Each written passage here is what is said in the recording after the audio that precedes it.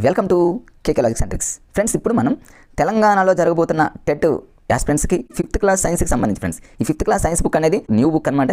ఈ బుక్లో ఉన్నటువంటి అన్ని చాప్టర్లలో ఎక్కడైతే కన్ఫ్యూజ్గా ఉంటామో, ఏవైతే ఎగ్జామ్లో ఎక్కువగా ఫోకస్ పెట్టి మనల్ని కన్ఫ్యూజ్ చేయాలనుకుంటాడో వాటన్నింటిని ఫ్రెండ్స్ జస్ట్ కొద్ది సమయంలోనే ఒక ర్యాపిడ్ రివిజన్గా మీరు జస్ట్ అలా వింటూ ఉన్నాడు ఫ్రెండ్స్.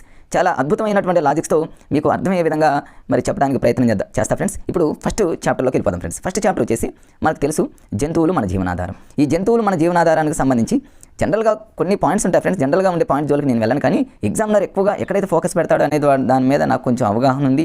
మీకు ఈ వీడియో చేయడానికి ప్రయత్నం చేస్తున్నా ఫ్రెండ్స్. ఇక్కడ చూడండి, ఫస్ట్ వానపాము. ఈ వానపాము కానివ్వండి, సాలెపురుగు, వీటికి సంబంధించి మరి ఎగ్జామ్లో చాలాసార్లు అడిగాడు కాబట్టి వాటిని మనం ఇచ్చేది. జనరల్గా మనం చదువుతాం, కానీ ఒక్కొక్కసారి కొన్ని సందర్భాల్లో ఇచ్చేస్తూ ఉంటాం. అలాంటివి మనం పోకుండా చూసుకోవాలి ఫ్రెండ్స్. ఇక్కడ వానపాముకి సంబంధించి గతంలో ఎలాంటి బిట్ అడిగాడంటే, మరి మొక్క యొక్క వేళ్ళకి గాలి ఫ్రీగా వెళ్ళడానికి ఉపయోగపడేటటువంటి మరి జంతువు ఏంటని అడిగాడు అనుకోండి ఫ్రెండ్స్. వానపాము, సాలెపురుగు, ఇట్లా రకరకాలైనటువంటి ఇస్తే కన్ఫ్యూజ్ అవుతాము. అది దాని కరెక్ట్ ఆన్సర్ వచ్చేసి ఫ్రెండ్స్ వానపాము. మనందరికీ తెలుసు వానపాము అనేది భూమి లోపలికి పోతుంది, పైకి వస్తుంది. భూమికి ఇట్లా పైకి లోపలికి ఇలా పోవడం వల్ల భూమి అనేది ఫ్రెండ్స్ మొత్తానికి ఒక గుల్లబారి మరి ఆ మొక్క యొక్క వేలకు మరి చక్కటి గాలి వెళ్తుంది కాబట్టి మన వానపాము. దీనికి ఏం లాజిక్ ఏం అవసరం లేదు, జస్ట్ అట్లా చదువుకున్నా సరిపోతుంది ఫ్రెండ్స్. తర్వాత సాలెపురుగు, అది కూడా ఏం అవసరం లేదు. చీమ గురించి మీరు చదువుకుంటారు. కానీ తర్వాత ఇక్కడ చాలా ఇంపార్టెంట్ ఏంటంటే ట్రికోగ్రామ అనేది వెరీ వెరీ ఇంపార్టెంట్ ఫ్రెండ్స్. ఒక సెషన్లో తెలంగాణలో ఒక సెషన్లో అడిగినటువంటి పిట్ ఏంటంటే ఫ్రెండ్స్, ట్రికోగ్రామ తన జీవితకాలం ఎంత అన్నాడు friends. 7 days, only 7 days friends. 7 రోజులు మాత్రమే, వారం రోజులు మాత్రమే. దీన్ని గుర్తుపెట్టుకోవాలి. ట్రికోగ్రామ యొక్క జీవితకాలం 7 days, 8 days, 9 days, 10 days అంటే ఇక్కడ 7 days అనుకుంటాం, మళ్ళీ కన్ఫ్యూజ్ అయ్యి ఏమో అనుకుంటాం.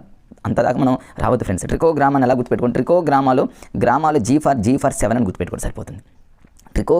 గ్రామాలు G అనే లెటర్ వస్తుంది ఫ్రెండ్స్. G for 7 ఇలా రాసుకోవచ్చు కాబట్టి 7 days అని గుర్తుపెట్టుకొని సరిపోతుంది. అందులో ఇంపార్టెంట్ బిట్ ఏంటంటే అదొకటి. ఇక పంట పాడు చేసేటటువంటి పురుగుల గుడ్లని నాశనం చేస్తుంది. ఇవన్నీ మనం జనరల్గా చదువుకుంటాము. వాటి జోలికి నేను ఏం వెళ్ళాను, కానీ కన్ఫ్యూజ్గా ఉన్నవి మనం గుర్తుపెట్టుకోవడానికి ఎలాంటి లాజిక్స్ వాడాలనే దాని మీద ఈ వీడియో ఫ్రెండ్స్. నెక్స్ట్ చూద్దాం. ఇక్కడ కూడా ఏమీ లేదు ఫ్రెండ్స్, జనరల్గా మీరు చదువుకుంటారు. నేను చాలా స్లోగా వెళ్తాను, ఫాస్ట్గా కొన్ని వాటిని ర్యాపిడ్గా చెప్తూ ఉంటాను కాబట్టి ర్యాపిడ్గా వినండి సరిపోతుంది ఫ్రెండ్స్. తర్వాత ఇక్కడ కంటిన్యూషన్లో ఇక్కడ ఏమీ లేదు ఫ్రెండ్స్. తర్వాత ఇక్కడ చూడండి, ఇక్కడ టేబుల్. మీకు తెలుసా, ఎగ్జామ్లో చూడండి ఫ్రెండ్స్, మీరు 3rd క్లాస్ నుంచి 10th క్లాస్ వరకు ఏ టాపిక్ తీసుకున్నా, ఏ చాప్టర్ తీసుకున్నా ఖచ్చితంగా ఎగ్జామ్లో ఫోకస్ పెట్టేది మీకు తెలుసా అనేటటువంటి బాక్సుల మీదనే, ఇలాంటి వాటి మీదనే గతంలో ఎన్నో సెషన్లో ఎన్నో బిట్లు అడిగాడు. ఇక్కడ చూడండి, వన్యప్రాణి చట్టం అంటే వన్యప్రాణి రక్షణ చట్టం 1970. దీన్ని ఎట్లా గుర్తుపెట్టుకుంటారంటే, వన్యప్రాణి అంటే వన్య అంటే వా ఉంది కాబట్టి వా for 1 అని గుర్తుపెట్టుకోండి ఫ్రెండ్స్. వా for 1 అని గుర్తుపెట్టుకోండి. 1 అంటే 1, 1971. మరి 7 ఎలా గుర్తొస్తుందంటే, వన్య ప్రాణుల్ని ఎప్పుడు కూడా మనం ఏడిపించరాదు, ఒక్కసారి కూడా ఏడిపించకూడదు. 7 అంటే జంతువుని ఒక్కసారి కూడా ఏడిపించకూడదు, అది మహాపాపం అన్నట్టు గుర్తుపెట్టుకోండి ఫ్రెండ్స్. తర్వాత మరి ఇది ఎన్నో షెడ్యూల్ అంటాడు ఫ్రెండ్స్. ఇది కూడా అంతే, వా for 1 షెడ్యూల్ అని గుర్తుపెట్టుకోండి.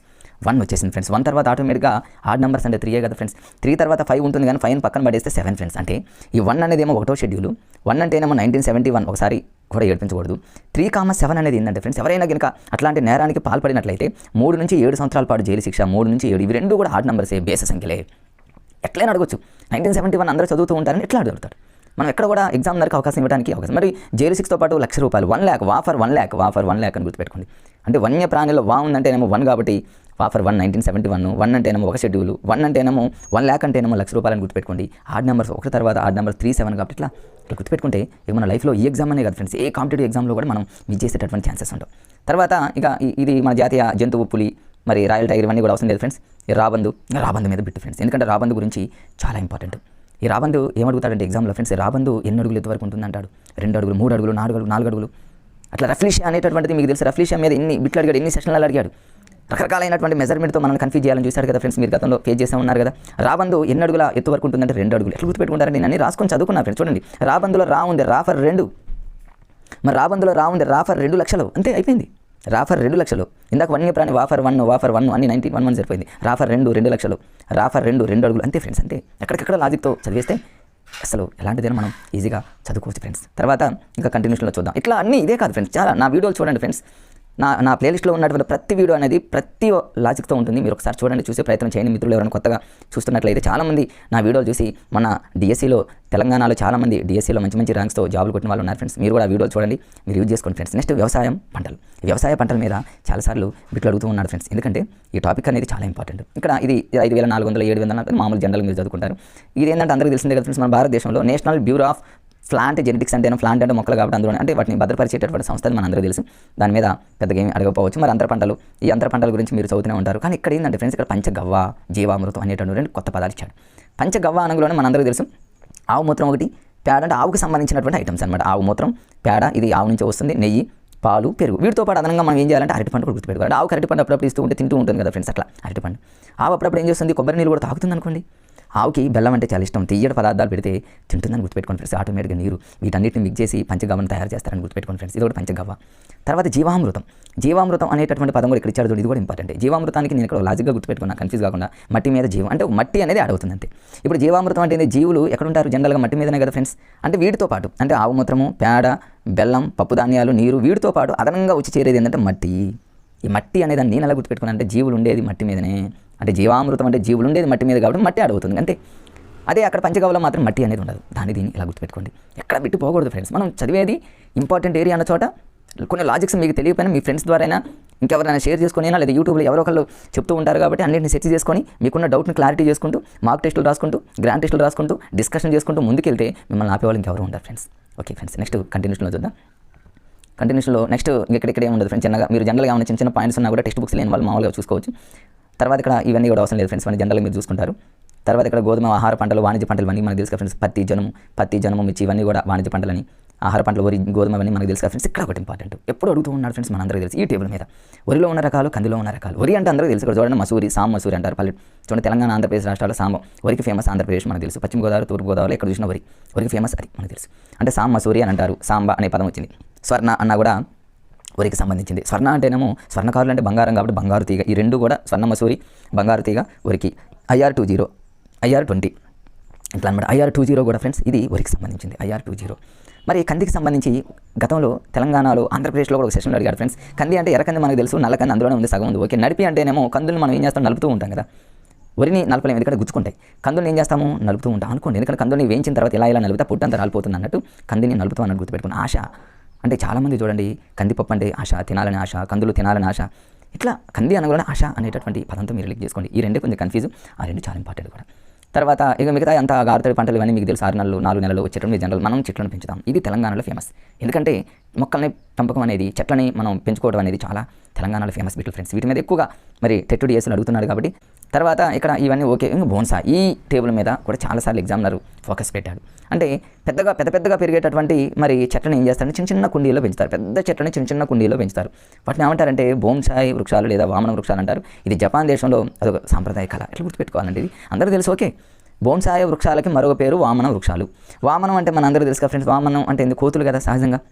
వామనుడు అంటే కోతులు కదా. కోతులు సహజంగా ఇందులో అంటే బోనుల్లో ఉంటాయి. మేము ఒకప్పుడు ఫ్రెండ్స్ చదివేటప్పుడు ఏదో ఒక కష్టంగా ఉన్న టైంలో చదువుకున్నాం. ఎట్లా తర్వాత అలవాటు అయిపోయింది మాకు. ఇంకా బోన్సాయి వృక్షాలు అనగానే మాకు వామన వృక్షాలు జపాన్ అంటే నోట్ అయింది. స్టార్టింగ్లో ఎలా చదవాలా, స్టార్టింగ్లో కన్ఫ్యూజ్ అయ్యేవాళ్ళు. అవును సార్ అంటే బోనుల్లో వామన కోతులు ఉంటాయని గుర్తుపెట్టుకున్నాం. మరి బోనుల్లో ఉన్న కోతులు ఏం చేస్తూ ఉంటాయి, ఇప్పుడు జపం చేస్తూ ఉంటాయని గుర్తుపెట్టుకున్నాం. జపం అంటే ఏంది, జపాన్, అమెరికా, జపాన్, రష్యా ఇట్లా ఇచ్చాడు అనుకోండి, కన్ఫ్యూజ్ కావు కదా. జపం చేస్తాయి కోతులు బోన్లో. అట్లా ఏదో హాస్యంగా ఫ్రెండ్స్ మనకు అనుకూలంగా మనకు బిట్ రావడానికి మనం చేసే ప్రయత్నం అంతే.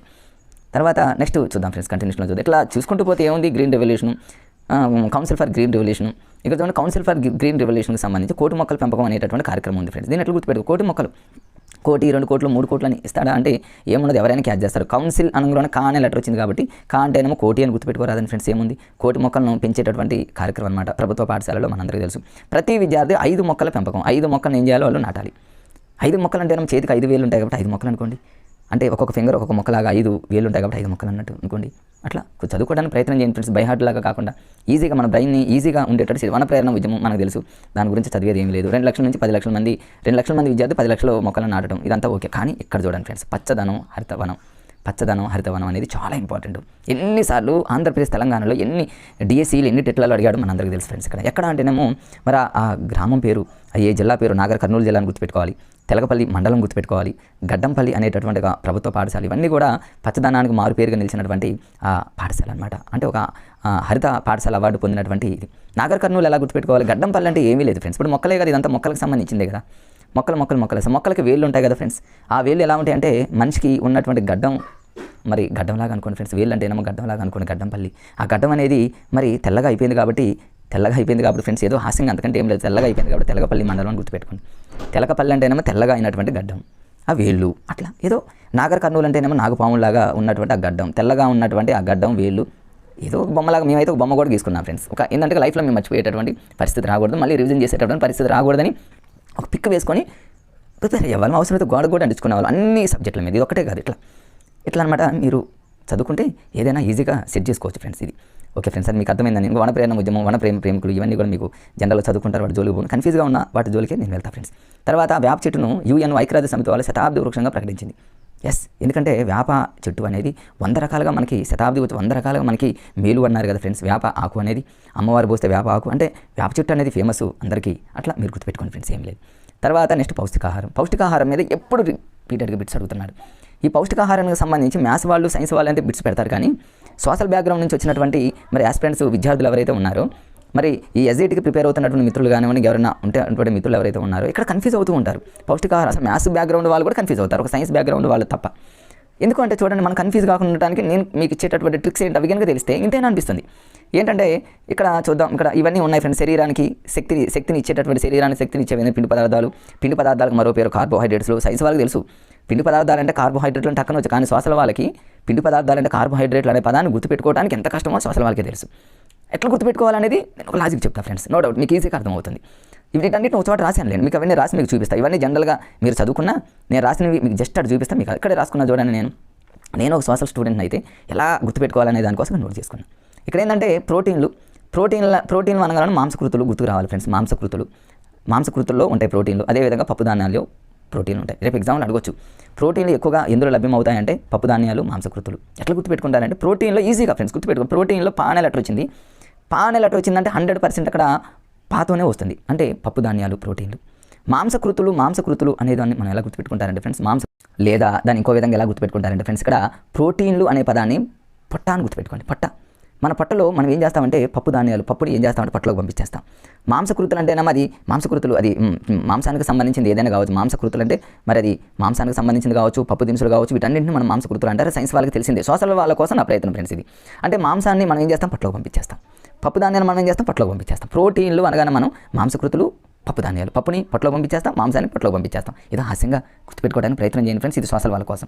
తర్వాత నెక్స్ట్ రెండోది ఇంకేంటంటే ఫ్రెండ్స్, ఇక్కడ మరి కొత్త కోణాలు ఇవన్నీ అవసరం లేదు. పిండి పదార్థాలకు మరో పేరు కార్బోహైడ్రేట్లు. ఒక్కొక్కసారి పిండి పదార్థాలు అంటారు, కార్బోహైడ్రేట్లు అంటారు. సైన్స్ వాళ్ళకి తెలుసు, సోషల్ వాళ్ళు పిండి పదార్థాలను కార్బోహైడ్రేట్కి ఎలా లింక్ చేసుకుంటూ కార్బోహైడ్రేట్లు అనడం కారు అని గుర్తుపెట్టుకోండి ఫ్రెండ్స్. ఈ కారులో మనం ఏం చేస్తామంటే పిండి పదార్థాలను ఏం చేస్తాం, తీసుకెళ్దాం అనుకోండి. పిండి పదార్థాలు ఉంటాయి కదా, పిండి మన ఇంట్లో ఏదైనా మొక్కజొన్న పిండి కానీ ఏదైనా వరి పిండి కానీ పిండిని ఏం చేస్తామంటే కారులో ట్రావెలింగ్ చేస్తాం అనుకోండి ఫ్రెండ్స్. ఏదో జస్ట్ అట్లా. రేపు చూడండి ఈ లాజిక్ మీకు తెలిస్తే కార్బోహైడ్రేట్లు కారు పిండి పదార్థాలు మనం తీసుకెళ్తాం. దేనికంటే ఇప్పుడు శక్తిని ఇవ్వడానికి. ఇప్పుడు ఫర్ ఎగ్జాంపుల్ చూడండి ఫ్రెండ్స్, పిండి ఉంది, చపాతీ పిండి ఉంది. ఆ పిండిని మనం గట్టిగా ప్రెస్ చేయాలంటే లేదా పూరి చేయాలంటే గట్టిగా శక్తిని ప్రయోగించాలి కదా. అట్లా అంటే శక్తిని ఇవ్వడానికి ఎక్కువగా ఉపయోగపడేవి ఏంటంటే పిండి పదార్థాలు. పిండిని బాగా ఇది చేయాలన్నా, చపాతీ ఏదైనా చేయాలన్నా పిండితో ఖచ్చితంగా శక్తి కావాలని గుర్తుపెట్టుకోండి. లేదా కారు డ్రైవింగ్ చేసేటప్పుడు అడుగుతాడు, శక్తిని ఇవ్వడానికి కార్బోహైడ్రేట్స్ అంటారు రేపు ఎగ్జామ్లో. కార్బోహైడ్రేట్స్ అనేది శక్తిని ఇవ్వడానికి లింక్ చేయాలి. వాళ్ళు అన్నీ చదువుతాం, రేపు కన్ఫ్యూజ్ అవుతాం. ఇప్పుడు కారు డ్రైవ్ చేయాలంటే అంత సింపుల్ కాదు ఫ్రెండ్స్. కారు డ్రైవ్ చేసేటటువంటి ఆ డ్రైవర్కి తెలుసు ఖచ్చితంగా శక్తి కావాలి, ఎనర్జీ కావాలి. మంచి ఎనర్జీ ఉంటేనే కారు డ్రైవ్ చేస్తాము. ఇది చూడండి ఈ లాజిక్స్తో మీకు అన్నీ వచ్చేసినాయి. కార్బోహైడ్రేట్స్ అంటే ఏమో కారులో పిండి పదార్థాన్ని ట్రావెలింగ్ చేస్తాం. కారు డ్రైవ్ చేయాలంటే శక్తి కావాలి. పిండిని మనం ఏదైనా చేయాలంటే శక్తి కావాలి. పొట్టలోకి ఏం పంపిస్తాం, పిండి పదార్థాన్ని పంపిస్తాం, పప్పు ధాన్యాలు పంపిస్తాం, మాంసాన్ని పంపిస్తాం, అంతే. తర్వాత నెక్స్ట్ ఫ్రెండ్స్ విటమిన్లు అంటే మొలకెత్తినటువంటి విత్తనాల్లో విటమిన్లు ఉంటాయి. ఓకే, అది దాని ఇంపార్టెంట్ కాదు. ఇంకా మీకు కంటిన్యూషన్ కూడా చూపిస్తా ఫ్రెండ్స్. ఇట్లా ఇవన్నీ చదువుకోండి ఫ్రెండ్స్. నేను అన్నీ కూడా హైలైట్ చేశాను. నేను ఇప్పుడు చెప్పిందంతా కూడా ఇందులోనే ఉంటుంది. ఇలా చదివితే మీకు కన్ఫ్యూజ్ అవుతారు నా మ్యాథ్స్ వాళ్ళు. నేను చెప్పినట్టు చదివితే మీకు ఈజీగా ఉంటుంది. నేను ఇవన్నీ పర్ఫెక్ట్గా చదువుకొని అంతా ఆవలింపు చేసుకున్న తర్వాతనే మీకు అక్కడ రాశాను. నేను అలానే చదువుకున్నాను. ఇప్పుడు నెక్స్ట్ ఇంకొక అన్ని కలిపి ఒక చోట రాశాను చూడండి ఫ్రెండ్స్. ఇవన్నీ మీరు చదివిన తర్వాత మీకు అర్థమవుతుంది. ఇక్కడ ఒక ఆహార పిరమిడ్ ఉంది ఫ్రెండ్స్. ఆహార పిరమిడ్ చార్ట్ ఎన్నిసార్లు అడిగారు ఫ్రెండ్స్ ఎగ్జామ్లో. ఆహార పిరమిడ్ చార్ట్ మెథడాలజీలో అయితేనేమో మరి మెథడిక్స్కి సంబంధించినంత వరకు మనందరికీ తెలుసు ఎడ్గార్ డేల్ అనుభవ శంకు ఫ్రెండ్స్. ఎడ్గార్ డేల్ అనుభవ శంకు అనుకున్న ప్రకాన ప్రక్షయ టచార దృష అనేటటువంటిది మనందరికీ తెలుసు. అందులో 11 ఉంటాయి. ఆ పిరమిడ్ లాగానే ఇక్కడ ఆహార పిరమిడ్లో మొత్తం ఎన్ని పార్ట్స్ ఉన్నాయంటే 4 ఉన్నాయి ఫ్రెండ్స్. 4 ఎట్లా గుర్తుపెట్టుకోవాలంటే ఆహారం ఫుడ్ అని గుర్తుపెట్టుకోండి. ఫుడ్లో 4 లెటర్స్ ఉన్నాయి. 1 2 3 4 కదా, 4 ఉన్నాయి ఫ్రెండ్స్, గుర్తుపెట్టుకోండి. మరి దీనికి ఒక సీక్వెన్స్ ఉందంటే ఉంది ఫ్రెండ్స్. ఫస్ట్ 1 2 3 4 ఉంది. ఫస్ట్ ఏంటంటే ఫ్రెండ్స్ కావాల్సినంతగా తినాలి. సెకండ్ వన్ ఏంటంటే ఎక్కువగా తినాలి. థర్డ్ వన్ ఏంటంటే తగినంతగా తినాలి. లాస్ట్ ఏంటంటే అరుదుగా తినాలి. దీన్ని గుర్తుపెట్టుకోవడానికి ఫస్ట్ కావాల్సినంతగా తినాలి, ఎక్కువ తినాలి, మీడియం తగినంతగా తినాలి, అరుదుగా తినాలి. ఇట్లా ఒక ఆర్డర్లో గుర్తుపెట్టుకోండి ఫ్రెండ్స్. ఆహార పిరమిడ్లో మొత్తం ఎన్ని పార్ట్స్ ఉన్నాయంటే ఫ్రెండ్స్ 4. ఫుడ్ అని గుర్తుపెట్టు. ఫుడ్లో 4 లెటర్స్ ఉన్నాయి, గుర్తుపెట్టుకోండి ఫ్రెండ్స్. అంతకంటే ఏం లేదు ఫ్రెండ్స్. ఎగ్జామ్లో అడుగుతున్నాడు కాబట్టి మీకు అక్కడ టొమాటో అనుకున్నాను. టొమాటోకి సంబంధించి ఎక్కువగా అడిగింది ఏంటంటే ఇందులో ఎన్ని క్యాలరీల శక్తి లభిస్తుంది. టమాటా అంటే 22. ఎట్లా గుర్తుపెట్టుకుంటారు ఫ్రెండ్స్? టొమాటోలో టీ లెటర్ ఉంది కదా, టీ ఫర్ 2 అని గుర్తుపెట్టుకోండి. టీ ఫర్ 2 టొమాటో 2 అంతే. 22 కిలో క్యాలరీల శక్తి ఫ్రెండ్స్. అట్లా గుర్తుపెట్టుకుని నేను అక్కడ రాశాను కూడా. తర్వాత ఇక్కడ మరి నేను ఇక్కడ రాశాను చూడండి friends, 1 by 1 Shakti carbohydrate, car నడపాలంటే ఇక చూడండి ఎంత ఈజీగా ఉంది నాన్ మ్యాథ్స్ వాళ్ళకి. తర్వాత ఈ ప్రోటీన్స్ అనేవి పెరుగుదలకి ఎక్కువగా, ఇంతకుముందు మీకు చూపించా కదా, అదంతా చదివితే వచ్చే పాయింట్స్. ఒక పిల్లవాడు పెరుగుదల కావాలంటే ప్రోటీన్స్ కావాలి. ఎట్లా గుర్తుపెట్టుకుంటారంటే ఈజీ ఫ్రెండ్స్. ఎట్లా గుర్తుపెట్టుకోండి, ప్రోటీన్లో పాము ఉంది, పెరుగుదలలో పాము ఉంది, పాతోనే లింక్ చేసుకొని సరిపోతుంది. ప్రోటీన్స్ అనగానే పెరుగుదల, లేదా ఇంకో విధంగా కూడా గుర్తుపెట్టుకోవచ్చు ఫ్రెండ్స్. పెరుగుదల అనగానే ప్రోటీన్స్ ఇంతకుముందు పొట్టలాగానే గుర్తుపెట్టాం. పొట్ట బాగా నింపుతూ ఉన్నాం అనుకోండి, మంచిగా పెరుగుదల ఉంటుంది. పొట్టలోకి రోజు అన్నీ పంపిస్తున్నాం అనుకోండి, మాంసకృతులు, పప్పు ధాన్యాలు అన్నీ పొట్టలోకి అన్నీ పంపిస్తూ ఉంటే ఆటోమేటిక్గా పిల్లవాడు పెరుగుతాడని గుర్తుపెట్టుకోండి. లేదా ప్రోటీన్స్లో పోటీ అని గుర్తుపెట్టుకోండి. మీ ఇష్టం ఫ్రెండ్స్, పోటీ ఎక్కువగా ఇప్పుడు పెరుగుతుంది, ఎక్కడ చూసినా పోటీ ప్రపంచమే అన్నట్టు గుర్తుపెట్టుకోండి. అంతే. వ్యాధి నిరోధక శక్తి అంటే విటమిన్స్ అంటే తెలుసు కదా ఫ్రెండ్స్, బి కాంప్లెక్స్ విటమిన్స్ ఉన్నాయి, యాంటీబయాటిక్ ఎన్నో టాబ్లెట్స్ ఉన్నాయి, విటమిన్స్ ఉన్నటువంటి టాబ్లెట్స్ ఎన్నో ఉన్నాయి. అవన్నీ దేనికి? వ్యాధి నిరోధక శక్తి కదా, అది పెద్ద కష్టమేం కాదు ఫ్రెండ్స్. ఇట్లా గుర్తుపెట్టి నేను అన్ని ఒక చోట రాసుకున్నా ఫ్రెండ్స్. మళ్ళీ కార్బోహైడ్రేట్లు ఇవన్నీ చూడండి. మళ్ళీ ఇక్కడ నేను ఇదంతా చదవకుండా నేను జస్ట్ షార్ట్కట్లో రాసుకున్నా. ఇప్పుడు శక్తినిచ్చేవి, శక్తి కావాలి, కారు నడపాలంటే శక్తి కావాలి. పెరుగుదల ఇంతకుముందు వచ్చింది ఫ్రెండ్స్. పెరుగుదల కావాలంటే పొట్టలోకి అన్నీ పంపించాలి. అన్నీ పంపిస్తూ ఉంటే ఆటోమేటిక్గా పెరుగుదల వస్తుంది. ఇంకంతే. మీరు ఇక మర్చిపోరనుకుంటున్నాను నేను. ఎగ్జామ్లో ఫ్రెండ్స్ మార్క్ టెస్టులు రాసేటప్పుడు ఎలాంటివి మీరు ఫేస్ చేస్తారు, ఇక మీరు ఖచ్చితంగా మార్క్ టెస్టులలో మంచి మార్క్స్ సాధిస్తారనేది నా ఒపీనియన్. చూద్దాం. ఇంకా మళ్ళీ ఇక్కడ అన్నీ వచ్చేసి అన్నీ నేను చెప్పినే ఉంటాయి, మళ్ళీ అవే వచ్చేసాయి. ఇందులో ఏముండదు ఫ్రెండ్స్, ఒకసారి చూసుకుంటే సరిపోతుంది. వ్యాధి నిరోధక శక్తి, విటమిన్స్, శక్తినిచ్చేవి అంటే మళ్ళీ పీడిఎఫ్లో మళ్ళీ వచ్చాయి ఫ్రెండ్స్. మన శరీర భాగాలు, జ్ఞానేంద్రియాల 5th లెసన్. ఇట్లా చదువుతూ ఉంటే ఇవి ఇప్పుడు మీరు చూసే ఉంటారు ఫ్రెండ్స్. నాది 7th క్లాస్కి సంబంధించి సైన్స్ వీడియో ఉంది ఫ్రెండ్స్. టోటల్ అన్ని చాప్టర్లకు సంబంధించి 7th క్లాస్లో ఉన్నటువంటి అన్ని చాప్టర్లు, అది ఫిజిక్స్, కెమిస్ట్రీ, బయాలజీ మొత్తం అన్ని చాప్టర్ల మీద అద్భుతంగా ఒక కోడింగ్తో మీకు ఒక 3 పార్ట్స్ మీద ఒకటి పెట్టా ఫ్రెండ్స్. అది చూడండి.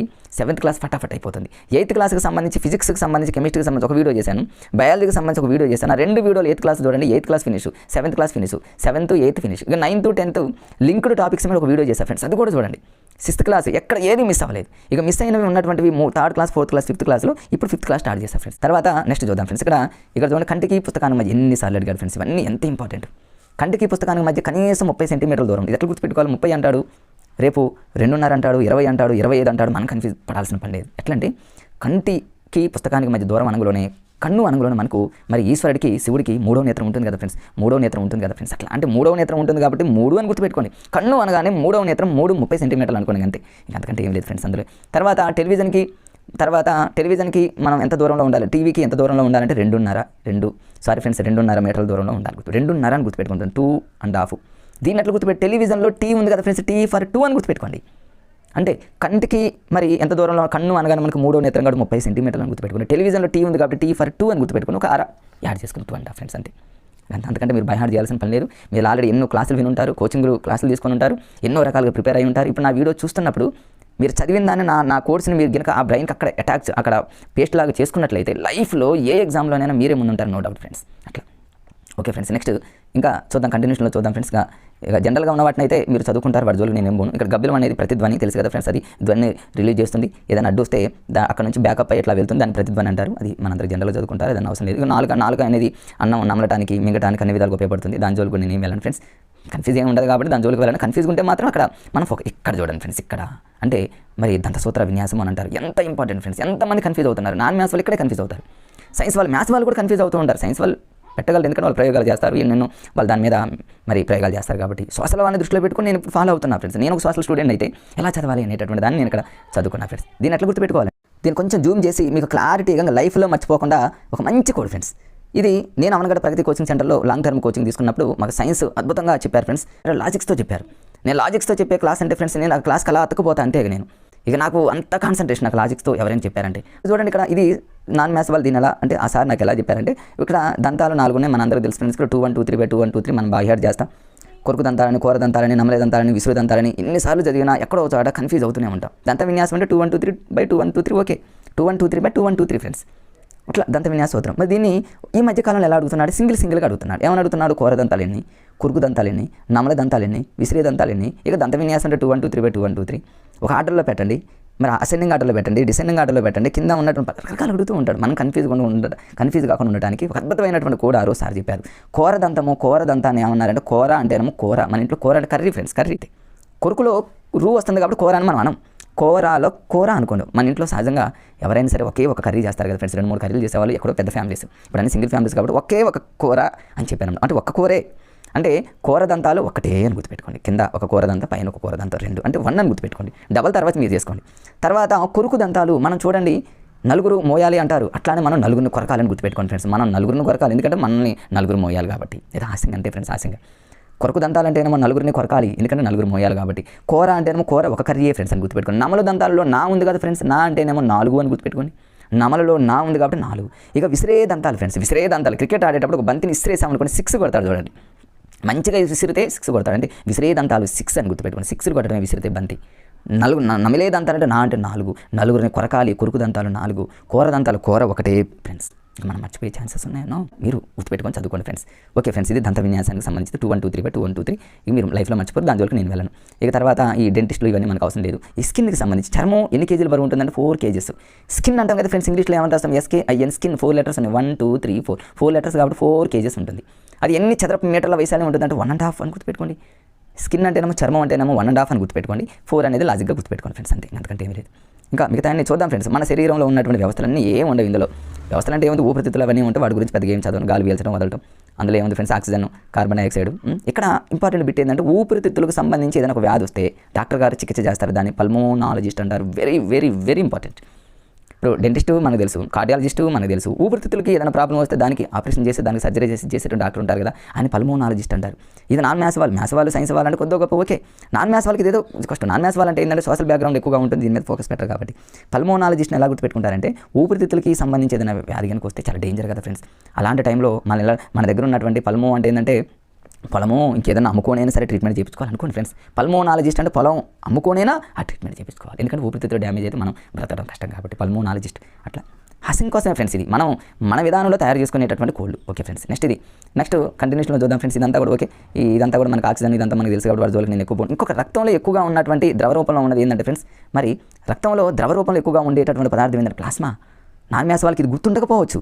ప్లాస్మా, సైన్స్ వాళ్ళకి మ్యాథ్స్ వాళ్ళకి ఓకే. ప్లాస్మాని ఎట్లా గుర్తుపెట్టుకుంటారంటే, మరి చిన్నపిల్లలు ప్రైమరీ స్కూళ్ళలో పిల్లలు చూడండి, మరి వాష్రూమ్కి వెళ్ళేటప్పుడు సార్ పాస్కి వెళ్తాం అని అంటూ ఉంటారు. అంటే అది ద్రవ రూపంలో ఎక్కువగా ఉంటుంది కాబట్టి. అంటే ద్రవ రూపంలో ఎక్కువగా ఉండేది ఏంటంటే పాస్ అని గుర్తుపెట్టుకోండి. కిడ్స్ చిన్నపిల్లలు పాస్ అంటే ప్లాస్మా.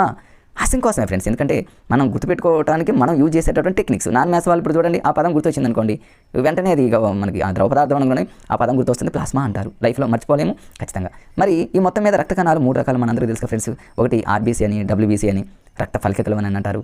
థ్రాంబోసైట్స్ అంటారు దానికి మరో పేరు. ఎర్ర రక్త కణాలు, తెల్ల రక్త కణాలు, రక్త ఫలికలు. వీటి మీద ఫ్రెండ్స్ నేను అద్భుతమైనటువంటి వీడియో చేశాను ఫ్రెండ్స్. ఇది లింక్డ్ టాపిక్స్ అని 8th 9th 10th 3 క్లాసులకు సంబంధించి సైన్స్కి సంబంధించి లింక్డ్ టాపిక్స్తో వీటన్నింటి మీద అద్భుతమైనటువంటి వీడియో చేసి మన ప్లేలిస్ట్లో పెట్టి ఎంతోమంది మరి చాలామంది నా వీడియో చూస్తారు ఫ్రెండ్స్. ఒకసారి చూడండి ఎన్ని వ్యూస్ వచ్చాయో చూడండి ఫ్రెండ్స్. ఇప్పుడు రక్త కణాల గురించి చూద్దాం. ఇప్పుడు ఎర్ర రక్త కణాలు, తెల్ల రక్త కణాలు ఇవన్నీ ఏంటంటే చూద్దాం ఫ్రెండ్స్. ఇక్కడ ఎర్ర రక్త కణాలు అనేవి శరీరంలో ఉన్నటువంటి, ఇక్కడ చూడండి ఫ్రెండ్స్, ఇక్కడ ఇది చూడండి, ఎర్ర రక్త కణాల గురించి ఒకటి ఇచ్చాడు, తెల్ల రక్త కణాల గురించి ఒకటి ఇచ్చాడు, రక్త ఫలికల గురించి. ఈ మూడింటి మీద 3 ఇంపార్టెంట్. ఎర్ర రక్త కణాలు ఏం చేస్తాయంటే ఫ్రెండ్స్, మన శరీరంలో ఉన్న అన్ని కణాలకు ఆక్సిజన్ ఇస్తాయి. తెల్ల రక్త కణాలు ఏం చేస్తాయంటే ఫైట్ చేస్తాయి, పోరాడతాయి. అదే రక్త ఫలికలు ఏం చేస్తాయంటే రక్తం గడ్డకట్టడంలో సహాయపడతాయి. దీన్ని ఎలా గుర్తుపెట్టుకోవాలంటే ఈజీ. ఎర్ర రక్త కణాలు అనుకున్న ఆక్సిజన్ అందిస్తాయంటే నాన్ మ్యాథ్స్ వాళ్ళు కన్ఫ్యూజ్ అవుతుంటారు ఫ్రెండ్స్. సరే, జనరల్గా మనం హాస్పిటల్కి పోతూ ఉంటాము, RBC తక్కువ, WBC ఏంటి ఇవన్నీ తెలుసు ఓకే. అయినప్పటికీ ఆక్సిజన్ అందించడంలో ఎక్కువగా ఉపయోగపడేవి ఏంటంటే రక్త కణాలు. దీన్ని ఎలా గుర్తుపెట్టుకుంటారంటే ఫ్రెండ్స్, ఇప్పుడు చూడండి హాస్పిటల్లో ఆక్సిజన్ సిలిండర్స్ ఉంటాయి చూడండి. ఆక్సిజన్ సిలిండర్స్ అనేవి చాలా హాస్పిటల్లో ఆక్సిజన్ సిలిండర్ మీద రెడ్ కలర్ వేసి ఉంటుంది.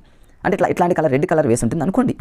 అంటే ఆక్సిజన్ సిలిండర్ల మీద రెడ్ కలర్ వేసి ఉంటుంది కాబట్టి ఆక్సిజన్ ఇచ్చేది ఆ రెడ్ అంటే ఎర్ర రక్త కణాలు. ఏదో హాస్యంగా మనం గుర్తుండడానికి చేసే ప్రయత్నం ఫ్రెండ్స్. ఇది తెల్ల రక్త కణాలను ఫైట్ చేస్తూ ఉంటాయి. తెల్ల దొరల మీద మనం ఏం చేసాం, ఫైట్ చేసాం. తెల్ల వాళ్ళ మీద మనం ఏం చేసాం, ఫైట్ చేసాం. తెల్ల రక్త కణాలు అనుకున్న వాళ్ళ మీద మనం ఫైట్ చేసాం కాబట్టి రేపు ఫైట్ చేయడం అన్నా, పోరాడటం అన్నా, రోగకారక క్రిములతో పోరాడటం అన్నా, ఫైట్ చేయడం అన్నా తెల్ల దొరలు గుర్తు రావాలి. ఆక్సిజన్ సిలిండర్ ఎర్రగా ఉంటుంది కాబట్టి ఆ డబ్బా అది గుర్తుకు రావాలి. ఎర్ర రక్త ఫలికలు అంటే పలక అంటే గట్టిగా స్ట్రాంగ్గా ఉంటుంది, ఒక ఐస్ గడ్డలాగా, అంటే రక్త గడ్డగట్టడం అనేటువంటి లాజిక్తో గుర్తుపెట్టుకోండి. అంతే ఫ్రెండ్స్. ఏమైనా కన్ఫ్యూజ్ ఉంది ఇందులో? ఏమి కన్ఫ్యూజ్ లేదని నేను అనుకుంటున్నా. నాకైతే ఇప్పటికీ గుర్తున్నాయంటే ఆలోచించాను ఫ్రెండ్స్. ఇట్లాంటి లాజిక్స్ చెప్పేటటువంటి మరి ఆ మేధావి వర్గానికి చెందినటువంటి టీచర్స్ ఉండబట్టే ఈరోజు మనకు అవన్నీ కూడా మనకు యూజ్ అవుతున్నాయి. యూట్యూబ్లో చాలామంది ఫ్రెండ్స్, నిజంగా నేను కొంతమంది యూట్యూబ్ ఛానల్ చూస్తూనే ఉన్నాను. నేను చాలా హెవీ టాలెంట్ ఉన్నటువంటి మరి వాళ్ళు మంచి క్లాసులని వాళ్ళు అందిస్తూ ఉన్నారు. వాళ్ళందరూ మీరు యూజ్ చేసుకోండి. ఎవరి యూట్యూబ్ ఛానల్ ఏ విధంగా యూజ్ అవుతుంది ఎవరికి తెలియదు. ప్రతి ఒక్క యూట్యూబ్ ఛానల్ని మనకి యూజ్ అవుతుంది అనేది ఉంటే మాత్రం మనం సబ్స్క్రైబ్ చేసుకొని వాళ్ళందరినీ మనం యూజ్ చేసుకొని జాబ్ కొట్టడం మన లక్ష్యం కాబట్టి అలా ముందుకు పోయేటటువంటి ప్రయత్నం చేయాలి ఫ్రెండ్స్. ఇట్లా ఓకే, ఎలా గుర్తుపెట్టుకోండి. ఇక తర్వాత గుండెకి సంబంధించి దీని మీద ఎప్పుడు అడుగుతున్నాడు నాన్ మ్యాథ్స్ వాళ్ళు కన్ఫ్యూజ్ అవుతున్నారు. ఎట్లా కన్ఫ్యూజ్ అవుతున్నారంటే లెఫ్ట్ హార్ట్ పెద్దదా, రైట్ హార్ట్ అంటే ఆ గుండెలో ఎడం పార్ట్, గుండెలో లెఫ్ట్ పార్ట్ పెద్దగా ఉంటుందా, రైట్ పార్ట్ పెద్దగా ఉంటుందా, ఏంటి అనేది అసలు లెఫ్ట్ ఎంత ఉంటుంది భాగం, రైట్ ఎంత భాగం ఉంటుంది అనే దానికి ఒక చిన్న లాజిక్తో చెప్తా ఫ్రెండ్స్. ఇప్పుడు హార్ట్ ఉంది ఫ్రెండ్స్, హార్ట్ అనేది హార్ట్కి లెఫ్ట్ సైడ్ రైట్ సైడ్ అని రెండు పార్ట్స్ ఉంటాయి. లెఫ్ట్ సైడ్ అనేది 2/3 వంతు ఉంటుంది, రైట్ సైడ్ అనేది కుడి ప్రక్క 1/3 వంతు. ఈ గుండెకి సంబంధించి పూర్తి ఇన్ఫర్మేషన్ 8th, 9th, 10th క్లాస్లో మీకు అద్భుతంగా చెప్పా ఫ్రెండ్స్. అక్కడ వాటికి పైన ఉన్న వాటిని ఏమంటారు, క్రింద ఉన్న వాటిని ఏమంటారు, ఇట్లా వీటన్నింటికి సంబంధించి ఒక మంచి వీడియో లాజిక్స్తో చెప్పా ఫ్రెండ్స్. ఆ వీడియో చూడకుండా ఉండమాకండి ఫ్రెండ్స్, చూసేటటువంటి ప్రయత్నం చేయండి. ప్లేలిస్ట్లో ఉంది, ఒకసారి మీరు సెర్చ్ చేయండి, మీకు అన్ని దొరుకుతాయి ఫ్రెండ్స్. ఇక్కడ లెఫ్ట్ 2/3, రైట్ అంటే 1/3. దీన్ని ఎట్లా గుర్తుపెట్టుకోవాలి, టెక్స్ట్ బుక్లో క్లియర్ ఉందిగా ఫ్రెండ్స్, మనం ఎందుకు మిస్ చేయాలిగా. కంటెంట్ ముందే చెప్తున్నా ఫ్రెండ్స్, కంటెంట్ మనకు లైఫ్ని ఇచ్చేటటువంటిది, మార్కులు ఖచ్చితంగా తెచ్చిపెట్టేవి కంటెంట్ మన గుప్పెట్లో ఉంటే మిగతావి ఆటోమేటిక్గా 1 hour పోయినా కూడా జాబ్ మీదే ఫ్రెండ్స్, నో డౌట్. ఇప్పుడు లెఫ్ట్ అనేటటువంటి దాన్ని ఎలా రాస్తాం కదా ఫ్రెండ్స్, ఇలా రాస్తాం కదా, అంటే 2 lines వచ్చాను, ఇదొక లైన్ 2 lines కాబట్టి 2/3 అనుకున్నా నేనైతే. రైట్లో ఒక్కటే గీత గీస్తారు, రైట్ అంటే ఎలా వచ్చి ఇది స్ట్రైట్గా లేవు కాబట్టి ఇది గీతలు కాదు, అంటే 1 ఉంది కాబట్టి 1/3. 2/3 అనేది ఎక్కువ కాబట్టి ఎక్కువ అంటే లెఫ్ట్ ఎక్కువగా ఉంటుంది, 1/3 అనేది రైట్ తక్కువగా ఉంటుంది, అంతే. అట్లా లాజిక్గా గుర్తుపెట్టు, ఎందుకంటే రేపు మ్యాచింగ్ లేవచ్చు, ఏ రకంగానే వచ్చు కాబట్టి మనం కన్ఫ్యూజ్ కాను. 206 ఎముకలు ఉంటాయి మనందరికీ తెలుసు, 33 వెన్నుపూసలు ఉంటాయి, అంటే 32 పళ్ళులాగా 32 వెన్నుపూసలతో వెన్నుముక ఉంటుంది, మనందరికీ తెలుసు. దాని జోలికి నేను పోను ఫ్రెండ్స్. నెక్స్ట్ ఇక్కడ ఒక ప్రయోగం ఉంది, మనందరికీ తెలుసు, డాక్టర్ భీమాండ్ ప్రయోగం. భీమాండ్ ప్రయోగం అనేది చాలా ఇంపార్టెంట్. మార్టిన్ అనేటటువంటి ఒక సైనికుడికి మరి ఒక బుల్లెట్ దెబ్బ తగులుతుంది, తనకు ఆపరేషన్ చేయడానికి ఈ డాక్టర్ భీమాండ్ ఎన్ని సంవత్సరాలు ప్రయోగాలు చేశాడు అంటాడు friends. 9 years, very very important. అడుగుతాడు డాక్టర్ భీమాండ్ ప్రయోగం అనేటటువంటిది ఏ సైనికుడి మీద ప్రయోగం చేశాడంటే మార్టిన్ అనేటటువంటి సైనికుడికి బుల్లెట్ దెబ్బ తగిలితే ఎప్పుడు అంటాడు ఫ్రెండ్స్ 1822. ఎట్లా గుర్తుపెట్టుకోవాలి, మార్టిన్లో టీ అనే లెటర్ వస్తుంది, భీమాంట్లో టీ అనే లెటర్ వస్తుంది కాబట్టి T for 2. టొమాటో నేను చెప్పాను 22 calories, టొమాటో T for 2. ఇక్కడ భీమాంట్లో టీ వచ్చింది, మార్టిన్లో టీ వచ్చింది, T for 2 అనుకోండి ఫ్రెండ్స్. 1822 ఎన్నిసార్లు ప్రయోగం చేశాడంటే ఎన్ని ఇయర్స్ అంటే 9 years అని గుర్తుపెట్టుకోండి.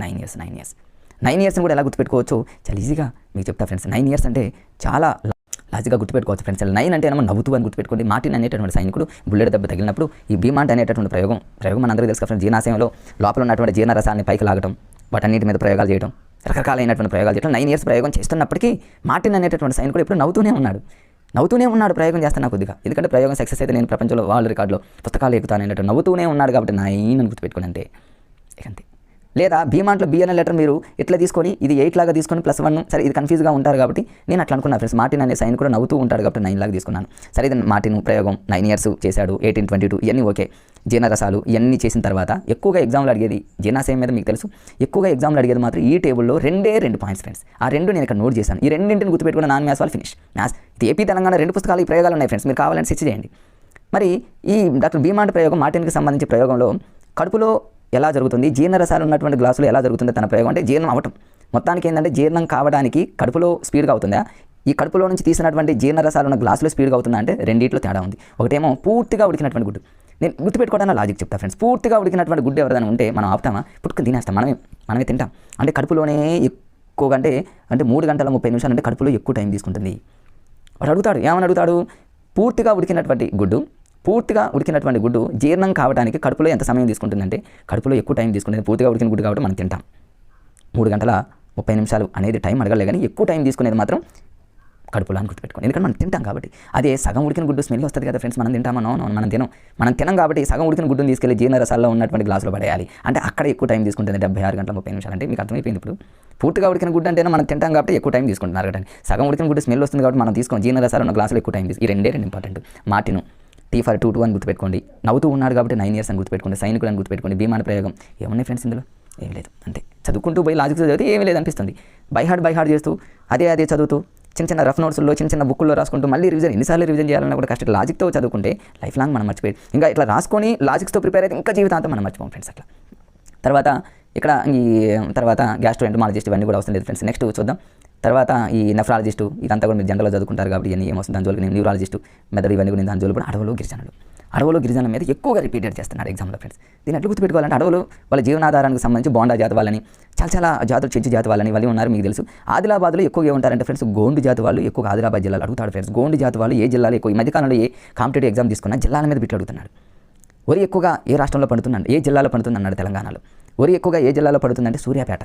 దీన్ని ఎట్లా గుర్తుపెట్టుకుంటారంటే సూర్యాపేట అంటేనేమో సూర్యుల్లాగా అనుకుంటే సూర్యకిరణాల వల్లే వరి ఎక్కువగా త్వరగా అది మరి కంకులు వచ్చేసి త్వరగా పడుతుంది. అట్లా గుర్తుపెట్టుకోవాలి. అంటే ఒక్కొక్క దానికి ఒక లాజిక్. ఇప్పుడు చూడండి, ఆదిలాబాదు అనేటటువంటి దాన్ని గోండుకి అంటే గోండు జాతి వాళ్ళనే మనం మరి ఆదిలాబాద్కి లింక్ చేసుకొని గుర్తుపెట్టుకోవాలి ఫ్రెండ్స్. అంటే గోండు జాతి అనగానే ఆదిలాబాద్ మనకు గుర్తొస్తుంది, నో డౌట్స్. ఇది ఎట్లాంటి వాటివి ఏంటంటే సోషల్ వాళ్ళు ఇలాంటి వాటిని ఈజీగా గుర్తుపెట్టుకుంటారు, కానీ మ్యాథ్స్ వాళ్ళు ఏంటంటే కొంచెం కన్ఫ్యూజ్ అయ్యేటటువంటి ఛాన్సెస్ ఉన్నాయి. సో ఫ్రెండ్స్ నెక్స్ట్ ఈ గోండు జాతి వాళ్ళంటే ఆదిలాబాద్ కాబట్టి అందరికీ నోటెడ్ కాబట్టి వాడి జోలికి నేను పోను. ఇంకా కన్ఫ్యూజ్గా ఉన్న వాడి జోలికి నేను వెళ్తాను ఫ్రెండ్స్. ఇక్కడ చూడండి ఫ్రెండ్స్, జనరల్గా ఏంటంటే వీళ్ళు దొరికేటటువంటి పండ్లు ఏంటంటే చింతపండు, వాటికి కూడా ఏం అవసరం. ఒక్కొక్కసారి పంటలు పండిన తర్వాత వీళ్ళు ఒక ప్రత్యేకమైనటువంటి మరి పండుగ చేసుకుంటారు ఫ్రెండ్స్. వాళ్ళ ప్రత్యేకమైనటువంటి గ్రామ దేవత ఎవరంటే అక్కిపెన్ అనేది చాలా ఇంపార్టెంట్. గ్రామ దేవత గోండు జాతి వాళ్ళ యొక్క గ్రామ దేవత పెన్ను రేనాల్డ్స్ పెన్ను, ఇంకో పెన్ను లాగా అక్కిపెన్ అంటే ఏంది, అక్క పెన్ను లేకపోతే కక్కే పెన్ను ఏదో అనుకోండి ఫ్రెండ్స్. కాసేపు మనకు గుర్తుపెట్టుకునే విధంగా గోండు జాతి వాళ్ళ యొక్క గ్రామ దేవత అక్కిపెన్ అనమాట. అట్లా గుర్తుపెట్టుకోండి. ఇవన్నీ ప్రతిదీ ఇంపార్టెంట్. వీళ్ళు ఏం చేస్తారు, నాగోబా అన్ని గోండు జాతిలో గా ఉంది, నాగోబాలో గో ఉంది కాబట్టి నాగోబా జాత. అంటే ఈ గోండు జాతి వాళ్ళ యొక్క మరి ఫేమస్ జాతర ఏంటంటే నాగోబా. ఇందులో మీకు తెలియదు ఏం లేదు. ఎక్కడంటేనేమో ఆదిలాబాద్ జిల్లా, ఇందా మనం చెప్పుకున్నాము, ఇంద్రవెల్లి, కేశ్లాపూర్ చదువుంటారు కాబట్టి దీని జోలికి నేను పోను. ఆదిలాబాద్ జిల్లా, ఇంద్రవెల్లి గ్రామం, కేశ్లాపూర్ గ్రామం మీకు నోటెడే కాబట్టి ఇది తెలియని వాళ్ళు ఎవరో ఉండరు, అయితే ఈజీనే కాబట్టి దాని జోలికి నేనేం పోను ఫ్రెండ్స్. తర్వాత ఇక చెంచు జాతికి సంబంధించినటువంటి వాళ్ళు ఎక్కువగా నల్లమల అడవులు ఎక్కువగా ఉంటారు ఫ్రెండ్స్. ఏ జిల్లాలో ఎక్కువగా ఉన్నారంటే తెలంగాణలో నాగర్ కర్నూలు జిల్లా, అది ఇంపార్టెంట్. గోండు జాతి వాళ్ళు ఆదిలాబాద్ అని గుర్తుపెట్టుకోండి, చెంచు జాతి వాళ్ళు నాగర్ కర్నూలు. మ్యాచింగ్లో ఇచ్చేటటువంటి అవకాశం ఉంది ఫ్రెండ్స్. అట్లా ఇప్పుడు దీన్ని మరి చెంచు జాతి వాళ్ళని నాగర్ కర్నూలుతో ఎలా గుర్తుపెట్టుకోవాలి, చెంచు అనేటటువంటి పదాన్ని సంచిలాగా గుర్తుపెట్టుకోండి. చెంచు అంటేనేమో సంచి అని గుర్తుపెట్టుకోండి. ఈ సంచిలో నాగర్ కర్నూలు అంటే నాగుపాముని సంచిలో వేసి మూట కట్టాలని గుర్తుపెట్టుకోండి. నాగర్ కర్నూలు నాగుపాములు ఉన్నటువంటి నాగర్ కర్నూలు అనగానే మనం చెంచు అని గుర్తుపెట్టుకోండి. చెంచు అంటేనేమో వాటిని సంచిలాగా గుర్తుపెట్టుకోండి. ఇంకా మీకు ఏదైనా అనిపిస్తే ఆ విధంగా మీరు నోట్ చేసుకోండి ఫ్రెండ్స్. నేనేదో అట్లా నోట్ చేసుకున్నాను, గుర్తుపెట్టుకుంటారని ఆ విధంగా చెప్పా ఫ్రెండ్స్, అంతేగా. తర్వాత ఇంకా ఆదిలాబాద్ అంటే గోండు జాతి, ఓకే, అదే మీకు నోటెడే. ఇంకా ఏమైనా కన్ఫ్యూజ్ ఉంటే మాత్రం మీకు మరి కోర్సుని ఏదో ఒకటి చెప్పే విధంగా చెప్తే వీళ్ళకి ఇంకా చెంచు జాతి వాళ్ళకి సంబంధించి ఇక్కడ ఏమన్నాయంటే ఫ్రెండ్స్, వీళ్ళు గుడిసెలు ఏం చేస్తారంటే ఒకే ప్రాంతంలో పక్కపక్కనే వేసుకుంటారు. కింద మీకు తెలుసు వాటిని ఏమంటారంటే పెంటలు అంటారు ఫ్రెండ్స్. పెంటలు అంటే చెంచు వాళ్ళు మరి ఆ గుడిసెలన్నింటిని ఒక చోట పక్కపక్కనే వాళ్ళు నిర్మించుకుంటారు. దాన్ని ఏమంటారంటే పెంటలు అనే పదాన్ని గుర్తుపెట్టుకోండి. వీళ్ళ దేవుళ్ళు ఎవరెవరు ఉన్నారంటే లింగయ్య స్వామి, చెంచు లక్ష్మి, వీళ్ళు పూజ చేస్తూ ఉంటారు. అది కూడా మీరు నోటెడే మాఘమాసంలో చూడండి, నీళ్ళు చూడండి పక్కపక్కనే పెంటలు అన్నట్టు గుర్తుపెట్టుకోండి. హాస్యంగా మీ ఇష్టం, దాన్ని ఎలాగైనా గుర్తుపెట్టుకోండి ఫ్రెండ్స్. ఇక బోండా జాతి వాళ్ళు, గోండు జాతి వాళ్ళు అయిపోయింది, చెంచు జాతి వాళ్ళు అయిపోయింది. చెంచు అంటేనేమో సంచి, నాగపాము. బోండా జాతి అంటేనేమో ఆదిలాబాదు బోండా. అది కూడా కన్ఫ్యూజ్గా ఉందనుకోండి ఫ్రెండ్స్. బోండాలో బాగుంది, ఆదిలాబాద్లో బాగుంది కాబట్టి అట్లెట్లయినా గుర్తుపెట్టుకోవచ్చు. అట్లా హాస్యంగా మీరు ఇంకా ఏదైనా అనిపిస్తే మీకు అట్లా చేయొచ్చు. చెంచు అంటేనేమో సంచిలో నాగపాము. ఇక బోండా జాతి వాళ్ళు, బోండాలు సహజంగా చూడండి ఆంధ్రప్రదేశ్లో మనం విశాఖపట్నం బీచ్ దగ్గరికి వెళ్ళి బోండాలు తింటూ ఉన్నాం అనుకోండి, భలే ఆనందంగా ఉంటుంది కదా ఫ్రెండ్స్. బోండాలు అంటే మనం తినే బోండాలు చూడండి, ఆంధ్రప్రదేశ్లోని విశాఖపట్నం బీచ్ దగ్గరికి వెళ్ళి బోండాలు తింటూ ఉంటే ఆనందం. అట్లా హాస్యంగా గుర్తుపెట్టుకోవడానికి ఇది లాజిక్. తర్వాత ఒడిశా రాష్ట్రంలోని మల్కాజ్గిరి జిల్లాలో దట్టమైన అడవుల్లో కూడా వీళ్ళు ఉంటారు ఫ్రెండ్స్. ఒడిశా రాష్ట్రం కానివ్వండి, ఆంధ్రప్రదేశ్లో విశాఖపట్నం బోండాలు ఎక్కువగా అన్నట్టు గుర్తుపెట్టుకోండి ఫ్రెండ్స్. ఇట్లా ఈ రెండు కూడా చాలా ఇంపార్టెంట్. తర్వాత వీళ్ళకి ఇష్టమైనటువంటి మరి ఇంకా వీళ్ళని ఏమని పిలుస్తారంటే ఫ్రెండ్స్, ఇక్కడ ఇంకొక ఇంపార్టెంట్ పాయింట్ ఉంది. వీరిని ఏమంటారంటే బోండో, పోరోజు అని కూడా అంటారు ఫ్రెండ్స్. అది కూడా ఈ బోండా జాతి వారిని పోరోజు అని కూడా అంటారు. అంటే పోరోజు అంటే మనం ప్రతిరోజు ఏం చేస్తాం, ప్రతిరోజు బోండాలు తింటాం అనుకోండి, ఏమవుతుంది మనం గుర్తుపెట్టుకోవడానికి ఫ్రెండ్స్. బోండా అనగానే ఈ బోండా కోసం ప్రతిరోజు బోండాలు తీసుకొని రా తిందాం అన్నట్టు ఏదో అనుకున్న హాస్యంగా. ఒడిశా రాష్ట్రం గుర్తుపెట్టుకోండి. ఆంధ్రప్రదేశ్లో బీచ్ దగ్గరికి వెళ్ళి బోండా తింటే ఎంత బాగుంటుంది, ఇవన్నీ మీరు గుర్తుపెట్టుకోవడానికి ప్రయత్నం చేయండి. ఇవన్నీ చాలా ఇంపార్టెంట్. వీళ్ళు అప్పుడప్పుడు కొన్ని భాష వింతగా మాట్లాడతారు. వీళ్ళ వింత భాష ఏంటంటే రెమో భాష, అది కూడా ఓకే నోటెడ్ కాబట్టి మీకు దాని జోలికి నేను వెళ్ళను. ఇక మన దేశంలో బోండా తెగ అనగానే 1200 మాత్రమే ఉన్నారు. అంటే జనాభా మొత్తం 12,000 ఫ్రెండ్స్, 12,000 వరకు ఉన్నారని గుర్తుపెట్టుకోండి. అది ఓకే, జనరల్గా గుర్తుపెట్టుకోవడానికి ప్రయత్నం చేయండి. వీళ్ళు పోడు వ్యవసాయం కూడా చేస్తారు, ఇక దాని జోలికి నేనేం పోను. తర్వాత బినిమై ప్రోదా, వెరీ వెరీ వెరీ ఇంపార్టెంట్. వీళ్ళు బోండా జాతి ఉన్నటువంటి ఆడవాళ్ళు ఏం చేస్తూ ఉంటారంటే ఫ్రెండ్స్, వీళ్ళు వాళ్ళ దగ్గర ఉన్నటువంటి అటవీ ఉత్పత్తులన్నింటినీ కూడా ఇతరులకు ఇచ్చేసి వాటికి బదులుగా వాళ్ళకి అవసరమైనటువంటి వస్తువులు తెచ్చుకుంటూ ఉంటారు. వీళ్ళు అడవుల్లో ఉంటారు కాబట్టి ఇచ్చి పుచ్చుకోవడం జరుగుతూ ఉంటుంది. దీని ఏమంటారంటే బినిమై ప్రోదా అంటేనేమో బినిమై ప్రోదాన్ని గుర్తుపెట్టుకోవడానికి ఏ జాతి వాళ్ళు అంటారు ఫ్రెండ్స్. బోండా అంటే భిన్నంగా, బోండాలో బో ఉంది కాబట్టి బినిమైలో కూడా బో ఉంది. రేపు ఏమంటాడు బినిమై ప్రోదా అనేటటువంటి ఇది ఎవరికి సంబంధించింది అంటాడు, బోండా జాతినా, గోండు జాతినా, చెంచు జాతినా అంటాడు. అప్పుడు మీరు బినిమైలో బాగుంది కాబట్టి బోండానే, చెంచు కాదు గోండు కాదు, వదిలేసేయండి అంతే. బినిమై ప్రోదా అంటే భిన్నంగా పోదాం మనం, అంటే భిన్నంగా పోవడం మన వస్తువులను వాళ్ళకి ఇద్దాం, మనకు కావాల్సిన మనం తెచ్చుకుందాం. బినిమై ప్రోదా భిన్నంగా పోదాం. మేము రకరకాలుగా గుర్తుపెట్టుకున్నాం ఫ్రెండ్స్. మీరు కూడా ఇట్లా లాజిక్గా గుర్తుపెట్టుకొని మీరు ఒకసారి మీ ఫ్రెండ్స్తో డిస్కషన్ చేయండి. వీటిని ఇంకా లైఫ్లో మీరు మర్చిపోతారేమో, అవకాశం కూడా ఉండదు ఫ్రెండ్స్. ఇట్లా మీరు గుర్తుపెట్టుకోండి. ఇదంతా కూడా అవసరం లేదు, దీని జోలికి ఏం పోను. అది వెదురు, యూకలిప్టస్ ఇదంతా కూడా అవసరం లేదు ఫ్రెండ్స్, దాని జోలికి నేనేం పోను. తర్వాత ఇంకా ఇక్కడ గోండు జాతి వాళ్ళు ఇవన్నీ కొంత ఇచ్చే. తెలంగాణ రాష్ట్రంలో ఇక్కడ ఒక ఇంపార్టెంట్ బిట్ ఉంది ఫ్రెండ్స్, చాలా ఇంపార్టెంట్. ఇక్కడ ఫ్రెండ్స్ ఇక్కడ మేజర్గా మనం గుర్తుపెట్టు, తెలంగాణ రాష్ట్రంలోని భద్రాద్రి జిల్లాలో అడవులు ఎక్కువగా మరి కోయ తెగతో పాటు కొండరెడ్లు ఎక్కువగా ఉన్నారు ఫ్రెండ్స్. రేపు అడుగుతారు కోయ జాతితో పాటు కొండరెడ్లు ఎక్కువగా ఉన్నటువంటి జిల్లా ఏంటంటే భద్రాద్రి జిల్లా. భద్రాద్రి అనగానే మనందరికీ తెలుసు, భద్రాద్రి అని సీతారాముల కళ్యాణం చాలా ఫేమస్ అక్కడ జరుగుతూ ఉంటుంది కాబట్టి ఆ భద్రాద్రి మరిలో ఉన్నటువంటి అక్కడ ఎక్కువగా ఎవరు ఉంటారంటే కోయ జాతి వాళ్ళు, అదేవిధంగా కొండరెడ్లను గుర్తుపెట్టారు. కోయ జాతి అనగానే భద్రాద్రి గుర్తొస్తారు ఫ్రెండ్స్. ఇది తెలియని వాళ్ళు అంటే ఎవరు లేరు, అట్లా గుర్తుపెట్టుకోరు. మహబూబాద్ అనగానే మీకు ఇక్కడ బంజారా జాతికి చెందినటువంటి గిరిజనులు ఉన్నారు. దీన్ని మహబూబాబాద్ని ఎట్లా గుర్తుపెట్టుకుంటారంటే బంజారా అనే దాంతో ఎలా లింక్ చేసుకుంటారు. ఇక్కడ మహబూబాద్లో రెండు బాలు వచ్చాయి కాబట్టి ఫ్రెండ్స్ ఆ బంజారాతో కూడా లింక్ పెట్టుకోండి. బంజారాలో బాగుంది, మహబూబాలో 2 బాలు ఉన్నాయి కాబట్టి ఆ 2 బాలని బాతో లింక్ చేసుకుని సరిపోతుంది. ఎందుకంటే కన్ఫ్యూజ్ అనేది ఎక్కడ ఉండదు. ఇక కోయి జాతి అనగానే భద్రాద్రి. నేను ఒకప్పుడు కోయి జాతి అనగానే భద్రాద్రి తెలియకపోతే ఇప్పుడు భద్రాద్రి టెంపుల్లో సీతారాముల కళ్యాణం జరిగేటప్పుడు కొయ్యలు బాతుతూ ఉంటారు కదా, కొయ్యలు మండపాన్ని క్రియేట్ చేసేటప్పుడు కొయ్యలు అనగానే భద్రాద్రి టక్కన గుర్తొచ్చేది. అంటే కష్టంగా ఏదైనా అనిపిస్తే మాత్రం ఏదో లాజిక్లో నాకు నేను తయారు చేసుకున్నాను ఫ్రెండ్స్. ఇట్లా మనం గుర్తుపెట్టుకునే ప్రయత్నం చేయొచ్చు. ఇక చూడండి ఫ్రెండ్స్, ఈ అడవులకు సంబంధించి చాలా ఇంపార్టెంట్. ఈ అడవులకు సంబంధించి అది భారతదేశం మొత్తం మీద అడవులు ఎంత ఉన్నాయంటే 21.05. అంటే దీన్ని ఎట్లా గుర్తుపెట్టుకోవాలంటే 21 అనగానే వివాహ వయసు అని గుర్తుపెట్టుకోండి. మన భారతదేశంలో వివాహ వయసు 21 ఇయర్స్ కాబట్టి 21.05 అట్లా గుర్తుపెట్టుకోండి ఫ్రెండ్స్. మరి తెలంగాణకు సంబంధించి ప్రత్యేకంగా ఇవి చూడండి, ఇక్కడ విస్తీర్ణంలో అడవులు ఎక్కువగా ఉన్నటువంటి రాష్ట్రం ఫ్రెండ్స్ మనందరూ తెలుసు మధ్యప్రదేశ్లో మరి అడవులు ఎక్కువగా ఉన్నాయి కాబట్టి ఇది తెలియని వాళ్ళు ఎవరు ఉంటారు. మధ్యప్రదేశ్ అనేది అడవుల్లో ఫస్ట్ ప్లేస్ ఉంది. అదే తెలంగాణ రాష్ట్రంలో అటవీ విస్తీర్ణంలో ఎక్కువగా ఉన్నటువంటి జిల్లా జయశంకర్ జిల్లా. దీని అట్లా గుర్తుపెట్టుకుంటాను ఫ్రెండ్స్. జయశంకర్ అంటే శంకరుడు, ఈశ్వరుడు ఎక్కడ ఉంటాడంటే మనందరికీ తెలుసు అడవుల్లో అనుకోండి కాసేపు. అంటే ఈశ్వరుడు అడవుల్లో ఎక్కువగా ఉంటాడు కాబట్టి జయశంకర్ అడవుల్లో ఉన్నటువంటి శంకరుడు కాబట్టి అటవీ విస్తీర్ణం ఎక్కువగా ఉన్నటువంటి జిల్లా టక్కన గుర్తు రావాలి. అడవులు ఎక్కువగా ఉన్న జిల్లాను శంకర్ గుర్తొస్తే జయశంకర్ లాగా గుర్తుపెట్టుకోండి ఫ్రెండ్స్. మరి భారతదేశం మొత్తంతో పోలిస్తే మన తెలంగాణ రాష్ట్రం ఎంత శాతం మరి ఈ అడవులు ఆక్రమించింది అంటే 16.89 ఫ్రెండ్స్, 16.89. ఈ 6ని రివర్స్ రాస్తే 9 అయింది. అట్లా గుర్తుపెట్టుకోండి. ఏదో రకంగా మీరు ఆ నెంబర్ని గుర్తుపెట్టుకోవడానికి ప్రయత్నం చేయండి, చాలా ఇంపార్టెంట్. ఈ జయశంకర్ జిల్లా అనేది చాలా ఇంపార్టెంట్. తెలంగాణ రాష్ట్రంలో అటవీ విస్తీర్ణం అని శంకరుడు ఎక్కువగా ఉండేది అడవులు అన్నట్టు గుర్తుపెట్టుకుంటే సరిపోతుంది. జీవన విధానం, ఈ నదీ జీవన విధానంలో మనకి ఇచ్చినటువంటి నది ఒకటి గోదావరి గురించి ఇచ్చాడు ఫ్రెండ్స్. ఆ గోదావరి మీదనే ఎక్కువగా బిడిసిస్తున్నాడు. అంటే ఇప్పుడు ఈ గోదావరికి సంబంధించి జనరల్గా ఉండే పాయింట్స్ కొన్ని ఉంటాయి ఫ్రెండ్స్. గుర్తుపెట్టుకునేవి ఏదో ఉంటే ఖచ్చితంగా నేను ఒక లాజిక్ కానివ్వండి, ఒక ట్రిక్ కానివ్వండి, ఖచ్చితంగా నేను అక్కడ యూజ్ చేస్తాను. జనరల్గా ఉన్న వాటిని మాత్రం మీరు చదువుకుంటారు, వాటి జోలికి నేను వెళ్ళను. ఇప్పుడు గోదావరి నదికి సంబంధించి ఏ రాష్ట్రమో అన్నాడు అనుకోండి, మహారాష్ట్ర. అదేవిధంగా ఎక్కడ ఏ జిల్లా అనుకోండి ఫ్రెండ్స్, ఇక్కడ నాసిక్ జిల్లా. ఇక్కడ చూడండి ఫ్రెండ్స్, దాని కింద కదా త్రయంబకేశ్వరం వద్ద పశ్చిమ కనుమలలో బ్రహ్మగిరి కొండల్లో ప్రారంభమవుతుంది. ఇక మిగతా పాయింట్స్ ప్రతి పాయింట్ గోదావరి మీద ఇంపార్టెంటే. బండగా చదువుతూ ఉంటారు కానీ నేను చెప్పే లాజిక్స్ని ఫాలో అవ్వండి. గోదావరి ఇంత ఈజీగా ఉంటుంది అనేది మీరే అనుకుంటారు, లైఫ్లో మర్చిపోరు ఫ్రెండ్స్. ఈ గోదావరి నదికి సంబంధించి మహారాష్ట్ర అనేది గుర్తుపెట్టుకోవాలి. అయినది తెలియని మిత్రులు ఎవరు ఉంటారు, అయినప్పటికీ కూడా గుర్తుపెట్టుకోవాలి. మన తెలంగాణ రాష్ట్రం పైన ఉన్న రాష్ట్రం ఫ్రెండ్స్ మహారాష్ట్ర. మనందరూ తెలుసు మన తెలంగాణ రాష్ట్రానికి సరిహద్దులు ఏమిటి అనేది మన ఆల్రెడీ తెలుసు. తెలంగాణకు పైన ఎవరు ఉంటారంటే మహారాజులు ఉంటారని గుర్తుపెట్టుకుని మహారాష్ట్ర. అంటే ఈ గోదావరి నది అనేది చాలా ఫేమస్ కాబట్టి ఇది మహారాజులు పైన ఉంటుంది. పైనుంచి మరి తెలంగాణ పైనుంచి కిందకి ఇలా జిల్లాలలో ప్రవహించుకుంటూ భద్రాద్రి కొత్తగూడెం అలా పోతుంది అన్నట్టు గుర్తుపెట్టుకుంటే ఫ్రెండ్స్. మహారాజులు అంటే పైన కాబట్టి మహారాష్ట్ర పైన అన్నట్టు గుర్తుపెట్టుకోండి ఫ్రెండ్స్, మహారాష్ట్ర. తర్వాత ఇక్కడ నాసిక్ జిల్లా అనేది గుర్తుపెట్టుకోండి. నాసిక్ అంటే మన నాసిక ఉంటుంది కదా ఫ్రెండ్స్, మన నాసికలాగా అలా గోదావరి అలా పోతుంది అన్నట్టు ఏదో కాస్త హాస్యంగా గుర్తుపెట్టుకోండి ఫ్రెండ్స్. రేపు నా గోదావరి రంగులోనే మన నాసికాల నుంచి అలా వస్తుంది అన్నట్టు ఏదో హాస్యంగా గుర్తుపెట్టుకోండి. నాసిక్ జిల్లా మహారాజులాగా పైనుంచి వస్తుందని గుర్తుపెట్టుకోండి. ఇక మిగతాది ఏంటంటే త్రయంబకేశ్వరం, పశ్చిమ కనుమలు, ఇవన్నీ బ్రహ్మగిరి కొండలు. అవి పెద్ద కష్టం ఏమనిపించదు. తర్వాత ఇంపార్టెంట్ పాయింట్స్ ఎగ్జామినర్ ఎక్కువగా ఫోకస్ చేసి కొన్ని ఉన్నాయి ఫ్రెండ్స్, వాటిని ఖచ్చితంగా నేను స్టేట్ చేస్తాను చూడండి ఇక్కడ. మరి ఇది ఏ రాష్ట్రంలో మొదలవుతుంది అనేది చాలాసార్లు అడిగాడు. గోదావరి నది అనేది మరి ఏ రాష్ట్రంలో అంటే మహారాష్ట్ర. ఓకే, అది మహారాష్ట్ర నుంచి మన తెలంగాణ రాష్ట్రంలో ఏ జిల్లాలో స్టార్టింగ్ మరి మొదలు అంటే ఎక్కడి నుంచి స్టార్ట్ అవుతుందంటే నిజామాబాద్ జిల్లాలోని కందకుర్తి వద్ద ప్రవేశిస్తుందని, అది ఇంపార్టెంట్. ఇది చాలాసార్లు అడిగినటువంటి బిట్. దీన్ని ఎట్లా గుర్తుపెట్టుకోవాలి? గోదావరి నది అనగానే మనకు నిజామాబాద్ జిల్లా గుర్తు రావాలి. మన గ్రూప్ 3లో ఇదే బిట్ ఇచ్చాడు ఫ్రెండ్స్. ఎట్లా ఇచ్చాడంటే గోదావరి నది ఎక్కడ ప్రవేశిస్తుందని ఆప్షన్లో నిర్మల్ క్రింది వనరులు కానిది అన్నాడు ఫ్రెండ్స్. గ్రూప్ 3 ఎగ్జామ్లో తెలంగాణ గ్రూప్ 3లో ఏమన్నాడంటే నిజామాబాద్ జిల్లా అనకుండా నిర్మల్లోని కందకుర్తి వద్ద అని ఇచ్చాడు. కానిది ఏది క్యాచ్ చేయడానికి అంటే నిర్మల్ వద్ద అనేది wrong answer friends. Nizamabad correct. దీన్ని ఎట్లా గుర్తుపెట్టుకుంటారంటే గోదావరిలో వరి అనే పదాన్ని గుర్తుపెట్టుకోండి, నిజామాబాద్లో జామ అని గుర్తుపెట్టుకోండి. అంటే వరికి జామ కాయకి లింక్ పెట్టుకుంటే అయిపోతుంది అంతే. ఇక గోదావరి వరి అనగానే మీకు జామకాయలు గుర్తుపెట్టుకోండి ఫ్రెండ్స్, నిజామాబాద్ జామ అన్నట్టు గుర్తుపెట్టుకోండి అంతే.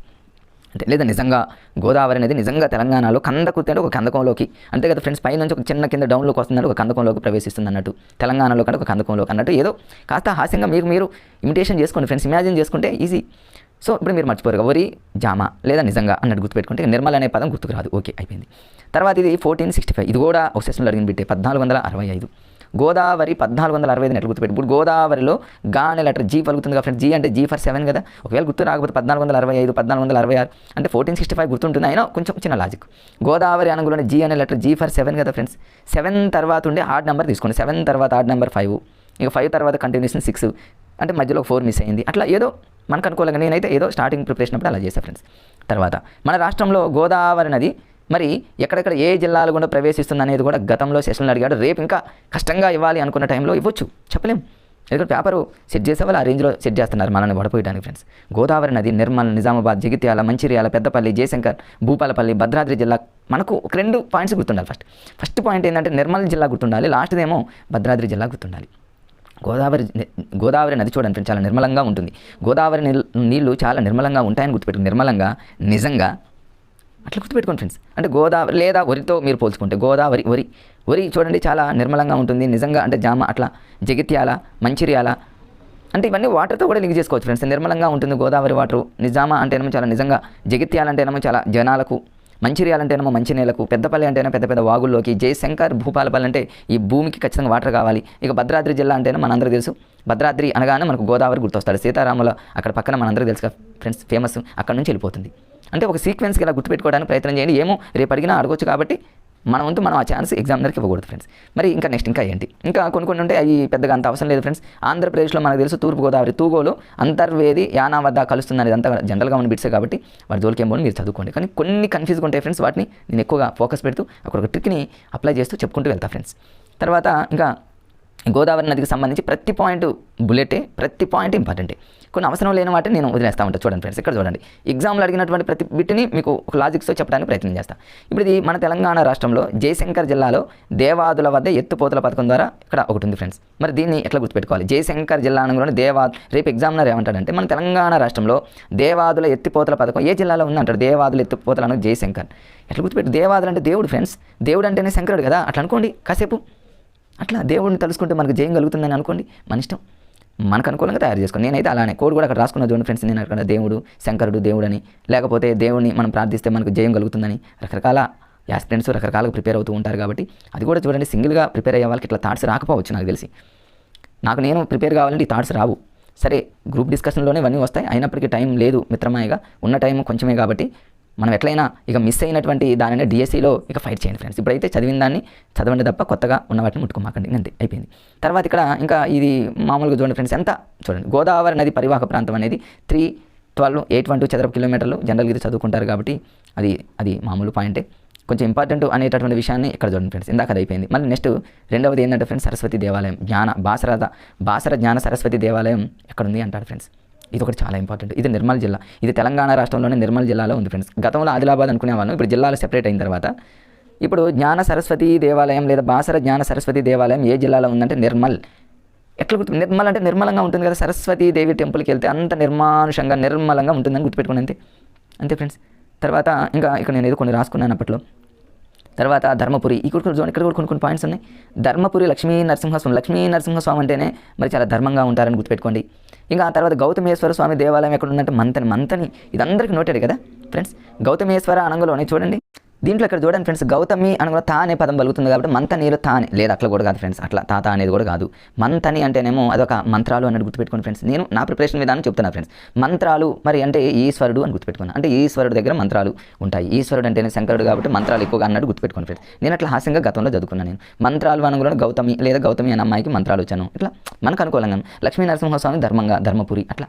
ఇంకా ఇంతే ఫ్రెండ్స్, ప్రతిదీ ఏముండదు ఇందులో చూడండి. ప్రతిదీ ఎంత కొయ్య బొమ్మలు ఎప్పుడు ఎలా ఉంటాయి, నిర్మలంగా ఉంటాయి ఫ్రెండ్స్. కొంచెం ఫాస్ట్గా వెళ్ళిపోతా. 5th క్లాస్కి సంబంధించి సెకండ్ పార్ట్ అనేది హెవీగా ఉంటుంది, ప్రతిదీ కన్ఫ్యూజ్గా ఉంటుంది. కన్ఫ్యూజ్ లేకుండా మరి చాలా వేగంగా వెళ్తూ ఉంటాను. కొంచెం లాజిక్గా మీకు అక్కడికక్కడే ట్రిక్స్ చెప్పుకుంటూ స్పీడ్గా వెళ్తా ఫ్రెండ్స్. మరి మీకు టైం తక్కువే ఉంది కాబట్టి కొంచెం మరీ స్లోగా కాకుండా ఫాస్ట్గా వెళ్ళిపోతా ఫ్రెండ్స్. ఇప్పుడు కొయ్య బొమ్మలు అనేవి నిర్మలంగా ఉంటాయి కాబట్టి నిర్మల్ జిల్లా అన్నట్టు గుర్తుపెట్టుకుని, నిర్మలంగా ఉంటాయి కాబట్టి అంతే ఫ్రెండ్స్. మీరు క్యాచ్ చేస్తూ ఉండండి ప్రతి పాయింట్. తర్వాత ఇక్కడ ఏమి ఉండవు ఫ్రెండ్స్, వాటిని నేనేం వెళ్ళను. కొంచెం నేను చెప్పేటటువంటి పాయింట్స్ని కనీసం ఫ్రెండ్స్ మీరు వాటిని క్యాచ్ చేయండి, రేపు గ్యారెంటీగా మీరు మంచి స్కోర్ చేస్తారు 5th క్లాస్ సైన్స్ కానివ్వండి ఏదైనా సరే. తర్వాత రెండవది వాతావరణం. ఈ వాతావరణం గాలి అనేటటువంటి పాఠం మొత్తాన్ని ఫ్రెండ్స్ నేను ఒక చిన్న వీడియోని తీసి ఆల్రెడీ ఈ వాతావరణం గాలికి సంబంధించి ఫ్రెండ్స్ ఎక్కువగా ఇందులో ఉన్నటువంటి ఇంపార్టెంట్ ఏంటంటే ఇందులో పొరలు ఉంటాయి ఫ్రెండ్స్. మరి ఆ మొత్తం 5 పొరలు ఉంటాయి, ట్రోపో, స్ట్రాటో, అయనో, మిసో, ధర్మో ఇట్లా ఉంటాయి ఫ్రెండ్స్. వాటికి సంబంధించి ఒక చిన్న వీడియోని ఆల్రెడీ నేను అప్లోడ్ చేయడం జరిగింది ఫ్రెండ్స్. దీంతో పాటు దాన్ని కూడా చూడడానికి ప్రయత్నం చేయండి. ఇంకా మిగిలిన ఇందులో ఏమన్నా అవి కాకుండా ఇంకా ఏమన్నా ఉన్నాయేమో చూద్దాం ఫ్రెండ్స్. అందుకంటే ఏమన్నా ఆల్రెడీ ఈ చాప్టర్ మొత్తం నేను ఒక వీడియో చేశాను, మళ్ళీ దాన్ని రిపీట్ చేయడం మళ్ళీ టైం వేస్ట్ కాబట్టి దాని జోలు పోను ఫ్రెండ్స్. మొత్తం వాతావరణంలో ఉన్నటువంటి పొరలు ఇక్కడ నేను మంచి వీడియో చేశాను ఫ్రెండ్స్. మీరు చూడండి, నేను కింద వెంటనే డిస్క్రిప్షన్లో పెడతాను. ట్రోప్ ఆవరణం అని, స్టార్ట్ ఆవరణం అని, మిసో ఆవరణం అని, ధర్మ ఆవరణం అని, ఎక్సో ఆవరణం అని, వీటిని గుర్తుపెట్టుకోవడానికి మంచి కోర్స్ కూడా అక్కడ చెప్పాను ఫ్రెండ్స్. ఎందుకంటే ఇది ఇప్పుడు ఇక్కడ చూడండి, మనం అనుకుంటాం ఫ్రెండ్స్ ఇది చిన్న ఏరియాలే ఇందులో బిట్స్ వస్తాయి అనుకుంటాం. నేను ప్రతిదీ చూడండి కోర్సు లెవెల్ రాశాను నేను. ఒక్కొక్క ఆవరణంలో ఒక్కొక్క రకమైనటువంటి ఇంపార్టెంట్ పాయింట్ ఉందన్నమాట. అంటే విమానాలు ప్రయాణించేటటువంటి పొర ఏంటి అని అడుగుతాడు రేపు. వాతావరణంలో గాలి ఎక్కువగా ఆడుంటుందని అడుగుతాడు. నత్రజని ఎక్కువగా ఉన్నటువంటి మరి ఆవరణం ఏందని అడుగుతాడు. లేకపోతే రేడియో తరంగాలు ఎక్కువగా ఏ ఆవరణంలో ఆవరణంలో అంటే లాస్ట్ ఆవరణం ఏంది, రెండో ఆవరణం ఏంది, అసెండింగ్ ఆర్డర్ ఏంది, డిసెండింగ్ ఆర్డర్ ఒక వరుస క్రమం ఏంటి, రాంగ్ ఏంటి. ఈ మధ్యకాలంలో క్వశ్చన్ పేపర్ సిస్టమ్ మారింది కాబట్టి దీని మీద ఎక్కువగా ఎగ్జామినర్ బిట్స్ ఇచ్చే అవకాశం ఉంది కాబట్టి దాన్ని చూడండి ఫ్రెండ్స్. నేనైతే మంచి ఒక వీడియో చేసి పెట్టాను, అంటే ఒక కోడ్ కూడా పెట్టాను ఫ్రెండ్స్. అక్కడ తెలంగాణ రాష్ట్రంలో మేసాలు ఉంటాయి కానీ మరి వాళ్ళకి ధర్మంగా ఉంటారని ఏదో రకరకాల ఒక హాస్యంగా 2-3 కోర్సుతో మీకు చెప్పాను. ఆ వీడియోని మీ కింద డిస్క్రిప్షన్లో పెడతాను, దాన్ని చూసే ప్రయత్నం చేయండి ఫ్రెండ్స్. అంతే, ఇందులో ఏముండదు. ఇక అది వాతావరణానికి సంబంధించినటువంటిది. తర్వాత నెక్స్ట్ వచ్చేసి ఇక్కడ ఇట్లా ఉంటాయి ఫ్రెండ్స్. కంటిన్యూషన్లో చూద్దాం. నెక్స్ట్ సూర్యుడు గ్రహాలకు సంబంధించి. ఈ సూర్యుడు గ్రహాలు అనేటటువంటి టాపిక్ ఇక్కడ 5th క్లాస్లో ఉన్నప్పటికీ ఫ్రెండ్స్ మిగతా అన్ని క్లాసుల్లో అంటే 6th, 7th, 8th క్లాసుల్లో కొంచెం హై లెవెల్లో ఉంటాయి. గ్రహాలు మొత్తం 9 గ్రహాలని ఒక గ్రహం ప్లూటో ఉండదని ఈ గ్రహాలకు సంబంధించి మంచిగా ఫ్రెండ్స్ అంటే 6, 7, 8 తరగతుల్లో ఉన్నటువంటి అన్నింటిని తీసుకొని మీకు మంచిగా సైన్స్లో ఒక వీడియో 2 వీడియోలు చేయడం జరిగింది ఫ్రెండ్స్. అవన్నీ నా ప్లేలిస్ట్లో ఉన్నాయి ఫ్రెండ్స్. కొత్తగా చూస్తున్న మిత్రులు ఉంటే అవన్నీ ఒకసారి సెర్చ్ చేసి చూడండి. మీకు ఖచ్చితంగా ఫ్రెండ్స్ చాలా వీడియోలు మీకు చాలా రకాలుగా యూజ్ అవుతాయి. ఇప్పుడే చూసే మిత్రులు చూడండి, ఎందుకంటే పాత మిత్రులు ఆల్రెడీ చూసే ఉంటారు, వాళ్ళకి చాలా యూజ్ అయ్యాయి కూడా ఫ్రెండ్స్. మీరు కూడా చూడండి, ఖచ్చితంగా మీకు యూజ్ అవుతాయి. సూర్యుడు గ్రహాలు ఇందులో 5th క్లాస్లో పెద్దగా ఏముండవు ఫ్రెండ్స్. ఎక్కడో 1 or 2 అనేవి ఉంటాయి. అవి చంద్రుడికి సంబంధించిన 28 days అని అంటే మీకు చూపిస్తా చూడండి ఫ్రెండ్స్. ఇందులో ఏముండవు. 5th క్లాస్లో ఈ మన విశ్వం గురించి చాలా తక్కువ, మిగిలిన క్లాసుల్లో మాత్రం కొంచెం హై లెవెల్లో ఉంటాయి. అవి చాలా ఎక్కువగా గ్రహాల గురించి మరి ఆ గ్రహాలకు సంబంధించి ఇంపార్టెంట్ పాయింట్స్ ఉంటాయి ఫ్రెండ్స్. 8th క్లాస్లో ఉంది అక్కడ అవి. ఇప్పుడు చంద్రుడికి సంబంధించి ఏముంది ఫ్రెండ్స్ 28 days అని. ఇవన్నీ జనరల్ ఇంత సింపుల్గా ఉన్నటువంటి బిట్స్ ఇవ్వకపోవచ్చు, కానీ దీన్ని దృష్టిలో పెట్టుకుని ఎగ్జామినర్ ఏం చేస్తారంటే 8th క్లాస్లో ఉన్నటువంటి మన విశ్వానికి సంబంధించి ఆ పాయింట్స్ మీద దృష్టి పెడతారని మీకు మంచిగా వీడియో చేశాను. అది కూడా నేను డిస్క్రిప్షన్లో పెడతా ఫ్రెండ్స్. మీరు సెర్చ్ చేయకుండానే దాన్ని కూడా చూడడానికి ప్రయత్నం చేయండి. ఇక అంతే ఫ్రెండ్స్. ఇందులో నాకు అంత ఏమని భద్రతా చర్యలు, ప్రథమ చికిత్స, ఇక దీంట్లో ఒక గోల్డెన్ అవర్ అనేది ఒకటి ఉంటుంది అంతే కదా ఫ్రెండ్స్. అంతకంటే ఏముంది. ఇక తర్వాత ఇక్కడ భూకంపం వచ్చింది. ఇందులో తర్వాత ఇంకొకటి ఏంటంటే ఫ్రెండ్స్, ఇందులో రెక్టర్ స్కేల్ అని ఇవన్నీ జనరల్గా తెలుసు కాబట్టి వాటికి ఎందుకు లేని ఫ్రెండ్స్ టైం అంతా వేస్ట్. ఇప్పుడు కొంచెం బాగా అవసరమైన వాటిని. దివిసీమ ఉప్పెన్ ఎప్పుడు జరిగిందంటే 1977. దీన్ని ఎట్లా గుర్తుపెట్టి, దివిసీమలో ఎస్ ఉందిగా ఫ్రెండ్స్. ఎస్ అంటే సీమాలో సి ఉంది కదా, అంటే సి ఫర్ అంటే ఎస్ ఫర్ 7 అంటే ఆ ఉప్పెన్లో 2 సార్లు 7 సార్లు అని గుర్తుపెట్టుకోండి. 2 times ఏడ్పించిందని గుర్తుపెట్టుకోండి. లేదా సి ఫర్ 7 అనుకోండి, ఖచ్చితంగా మీకు గుర్తుంటుంది ఫ్రెండ్స్, నో డౌట్. తర్వాత ఇక్కడ 108 అని మనకు తెలుసుగా ఫ్రెండ్స్. అందులో పెద్దగా ఏముంది. గోల్డెన్ అవర్ ఇది మనకు తెలుసుగా. స్టార్టింగ్ ప్రమాదం జరిగిన మొదటి గంటని ఫ్రెండ్స్ గోల్డెన్ అవర్ అన్నట్టు గుర్తుపెట్టుకోండి. మొదటి రోజు కాదు, మొదటి సెకండ్ కాదు, మొదటి నిమిషం కాదు, మొదటి గంట ఫ్రెండ్స్. అదే అవర్ లాగా అనుకోండి. తర్వాత SDR గురించి మనకు తెలుసు, అది కూడా తీసేయండి ఫ్రెండ్స్. జనరల్గా కొంచెం ఎక్కడెక్కడ సిపిఆర్ అని తెలుసు, కానీ దాని అబ్రివేషన్ అడిగేటటువంటి అవకాశం ఎక్కువగా ఉంది. ఏమో అది కూడా రాంగ్. మనం చూడండి, పిన్ కోడ్కి సంబంధించి ఇచ్చాడు. పిన్ అంటే ఏందని ఇచ్చాడు అంటే మరి చిన్నగా ఉన్నాయి అనుకుంటాం, కానీ మరి అవి మనల్ని కన్ఫ్యూజ్ చేసేటటువంటి అవకాశం ఉంటుంది. కాబట్టి మన పిన్ కోడ్ ఇచ్చి అబ్జెక్షన్లో పెట్టడం జరిగింది. అది చాలామంది వేరే ఆన్సర్ ఇస్తే కరెక్ట్ ఆన్సర్ మన చివరికి ఫైనల్కి ఇచ్చాలండి. అట్లా అనమాట. అంటే సిపిఆర్ మీద రేపు అడిగే అవకాశం ఉండొచ్చేమో. సి అంటేనేమో కార్డియో అని గుర్తుపెట్టుకోండి, అంటే గుండెకి సంబంధించి. పి అంటేనేమో పల్మనరీ అని గుర్తుపెట్టుకోండి, ఊపిరితిత్తులకు సంబంధించి. ఆర్ అంటేనేమో రీస్టార్ట్ అనమాట, అంటే రెససిటేషన్ అని అంటారు. సిపిఆర్ అనే పదాన్ని కూడా గుర్తుపెట్టుకోవడానికి ప్రయత్నం చేయండి. ఇది కూడా అడుగుతాడేమో, చెప్పలేం కదా ఫ్రెండ్స్. ఒకసారి చూడండి, ఎందుకంటే ఈ మధ్యకాలంలో హార్ట్ స్ట్రోక్స్, కోవిడ్ తర్వాత హార్ట్ స్ట్రోక్స్ ఎక్కువ వస్తున్నాయి కదా, ఏమో దాన్ని దృష్టిలో పెట్టుకొని కూడా ఇచ్చే అవకాశం ఉంటుంది. గోల్డెన్ అవర్ అంటే జరిగిన మొదటి గంట మనకు తెలుసు ఫ్రెండ్స్. ఇక్కడ చారిత్రక కట్టడాలు, వనపర్తి కోట. This is very very very important. Examiner ఖచ్చితంగా చెప్తున్నా ఫ్రెండ్స్, ఈ ఏరియా మీద ఫోకస్ చేస్తారు. మనం అన్ని చదువుతాయి, ఇక్కడికి వచ్చేసరికి అమ్మో ఇవన్నీ కోటలు చదవాలి, ఇవి చదవాలి, వాళ్ళు ఎవరు వీళ్ళు అనుకుంటాం, కానీ ఎగ్జామినర్ రెడీగా ఉంటాడు కదా ఫ్రెండ్స్. మనం ఆ ఛాన్స్ ఇవ్వకూడదు కదా. నేను లాజిక్ చెప్తా ఇప్పుడు మీకు, ఇంతేనా అనిపిస్తుంది ఫ్రెండ్స్. చూడండి, ఇప్పుడు నెక్స్ట్ చూద్దాం. చారిత్రక కట్టడాలు ఇవి. కట్టడాలని మీకు తెలుసు కదా ఫ్రెండ్స్. ఇక్కడ ఒకసారి చూడండి. ఒకటి గోల్కొండ కోట ఎక్కడంటేనేమో హైదరాబాదు, అది మనకి తెలిసిందే. రెండోది ఓరుగల్ కోట అంటే వరంగల్. ఏముంది ఫ్రెండ్స్ అందులో. దోమకొండ అంటే కామ. దోమ ఎంత ఉంటుంది ఫ్రెండ్స్, ఒక కామ అంత ఉంటుంది. కామ అంతే ఉండేది కాబట్టి కామారెడ్డి. అట్లా మేమైతే హాస్యంగా చదువుకున్న అప్పట్లో. దేవరకొండ, దేవుళ్ళు ఎలా ఉంటారు, బ్లాక్గా ఉంటారు. నల్గొండ దేవుళ్ళు సహజంగా అట్లా అనుకున్న అంతే, హాస్యం కోసం ఫ్రెండ్స్. భువనగిరి కొండ, భువనగిరి అంటే బువ్వ అంటేనేమో యాదాద్రి అంటేనేమో యాది అంటారు కదా, బువ్వ. లేదా యాదవులు ఎక్కువగా ఏం చేస్తారు, వాళ్ళు వృత్తుల కోసం మరి ఎటైనా బయటకు వెళ్ళేటప్పుడు బువ్వని ఏం చేస్తారంటే వాళ్ళ వెంట తీసుకెళ్తారని గుర్తుపెట్టుకోండి హాస్యంగా. లేదా యాదాద్రి పోయేటప్పుడు మనం బువ్వని తీసుకెళ్తామని గుర్తుపెట్టుకోండి. అంతే కదా. రామగిరికి వెళ్ళా తర్వాత పెద్దపల్లి మామూలు ఫ్రెండ్స్ అంతే, అంటే పెద్దగా ఉంటుంది కాబట్టి. ఓకే, ఇక కొంచెం తర్వాత ఇక్కడ ఒక టేబుల్ ఉంటుంది. దీని మీద ఏం ఎగ్జామ్లో గతంలో ఏం అడగలేదు, కొన్ని ఉన్నాయి ఫ్రెండ్స్, నేను అవి చెప్తాను. సరే, ఇక్కడ ఒకటి ఉంది కదా ఫ్రెండ్స్, వనపర్తి సంస్థానానికి మూల పురుషుడు. ఓకే, అది కూడా అంత ఇంపార్టెంట్ కాదులే, కానీ ఈ సీక్వెన్స్ ఒకటి ఇచ్చాడు కాబట్టి ఒకసారి చూసుకోండి ఫ్రెండ్స్. ఇక్కడ పాతపల్లి అని, సూగూరు సిక్కాలి అనేది ఒక బిట్ వస్తుంది ఇక్కడ, ఎవరికి వాళ్ళు ప్రింటింగ్ చేసుకోవడం. సూగూరు, తర్వాత పెద్ద జనంపేట, కొత్తకోట, శ్రీరంగాపురం, తర్వాత వనపర్తి మీదనే ఎక్కువగా బిట్స్ ఇచ్చేటటువంటి అవకాశం ఉంది. గతంలో కూడా అడిగాడు ఫ్రెండ్స్. ఇప్పుడు చూద్దాం. ఇక్కడ మొత్తం 15 తరాల రాజులు పరిపాలించారు, మనకు తెలుసు ఫ్రెండ్స్, మనందరికీ తెలుసు కదా.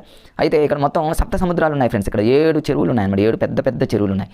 ఆ 7 పెద్ద చెరువులు ఏమంటారంటే 7 సముద్రాలు అంటారు. ఇదేంటి, ఇది చెరువు ఉంది, ఇక్కడ సముద్రం ఉంది అని మనం అంత డీప్గా ఆలోచించిన అవసరం లేదు. మనల్ని కన్ఫ్యూజ్ చేయాలంటే ఎగ్జామ్లో ఎక్కడైనా కన్ఫ్యూజ్ చేయొచ్చు, మనం డీప్గా ఆలోచించకూడదు, సింపుల్గా ఉంటుంది అనుకోవాలి అంతే. ఎందుకంటే 7 పెద్ద చెరువులు తవ్వించారు, వాటిని ఏమంటారంటే 7 సముద్రాలు అనే పదాన్ని మీరు గుర్తుపెట్టుకుని నేను హైలైట్ కూడా చేశాను అవి ఫ్రెండ్స్ ఇక్కడ. తర్వాత ఇవి మరి సంస్థానాలన్నింటినీ ఏకం చేసినటువంటి మహానుభావుడు మనందరికీ సర్దార్ వల్లభాయ్ పటేల్. మరి ఆయన్ని ఇండియన్ యూనియన్లో కలిపేసినటువంటి వ్యక్తి అనమాట.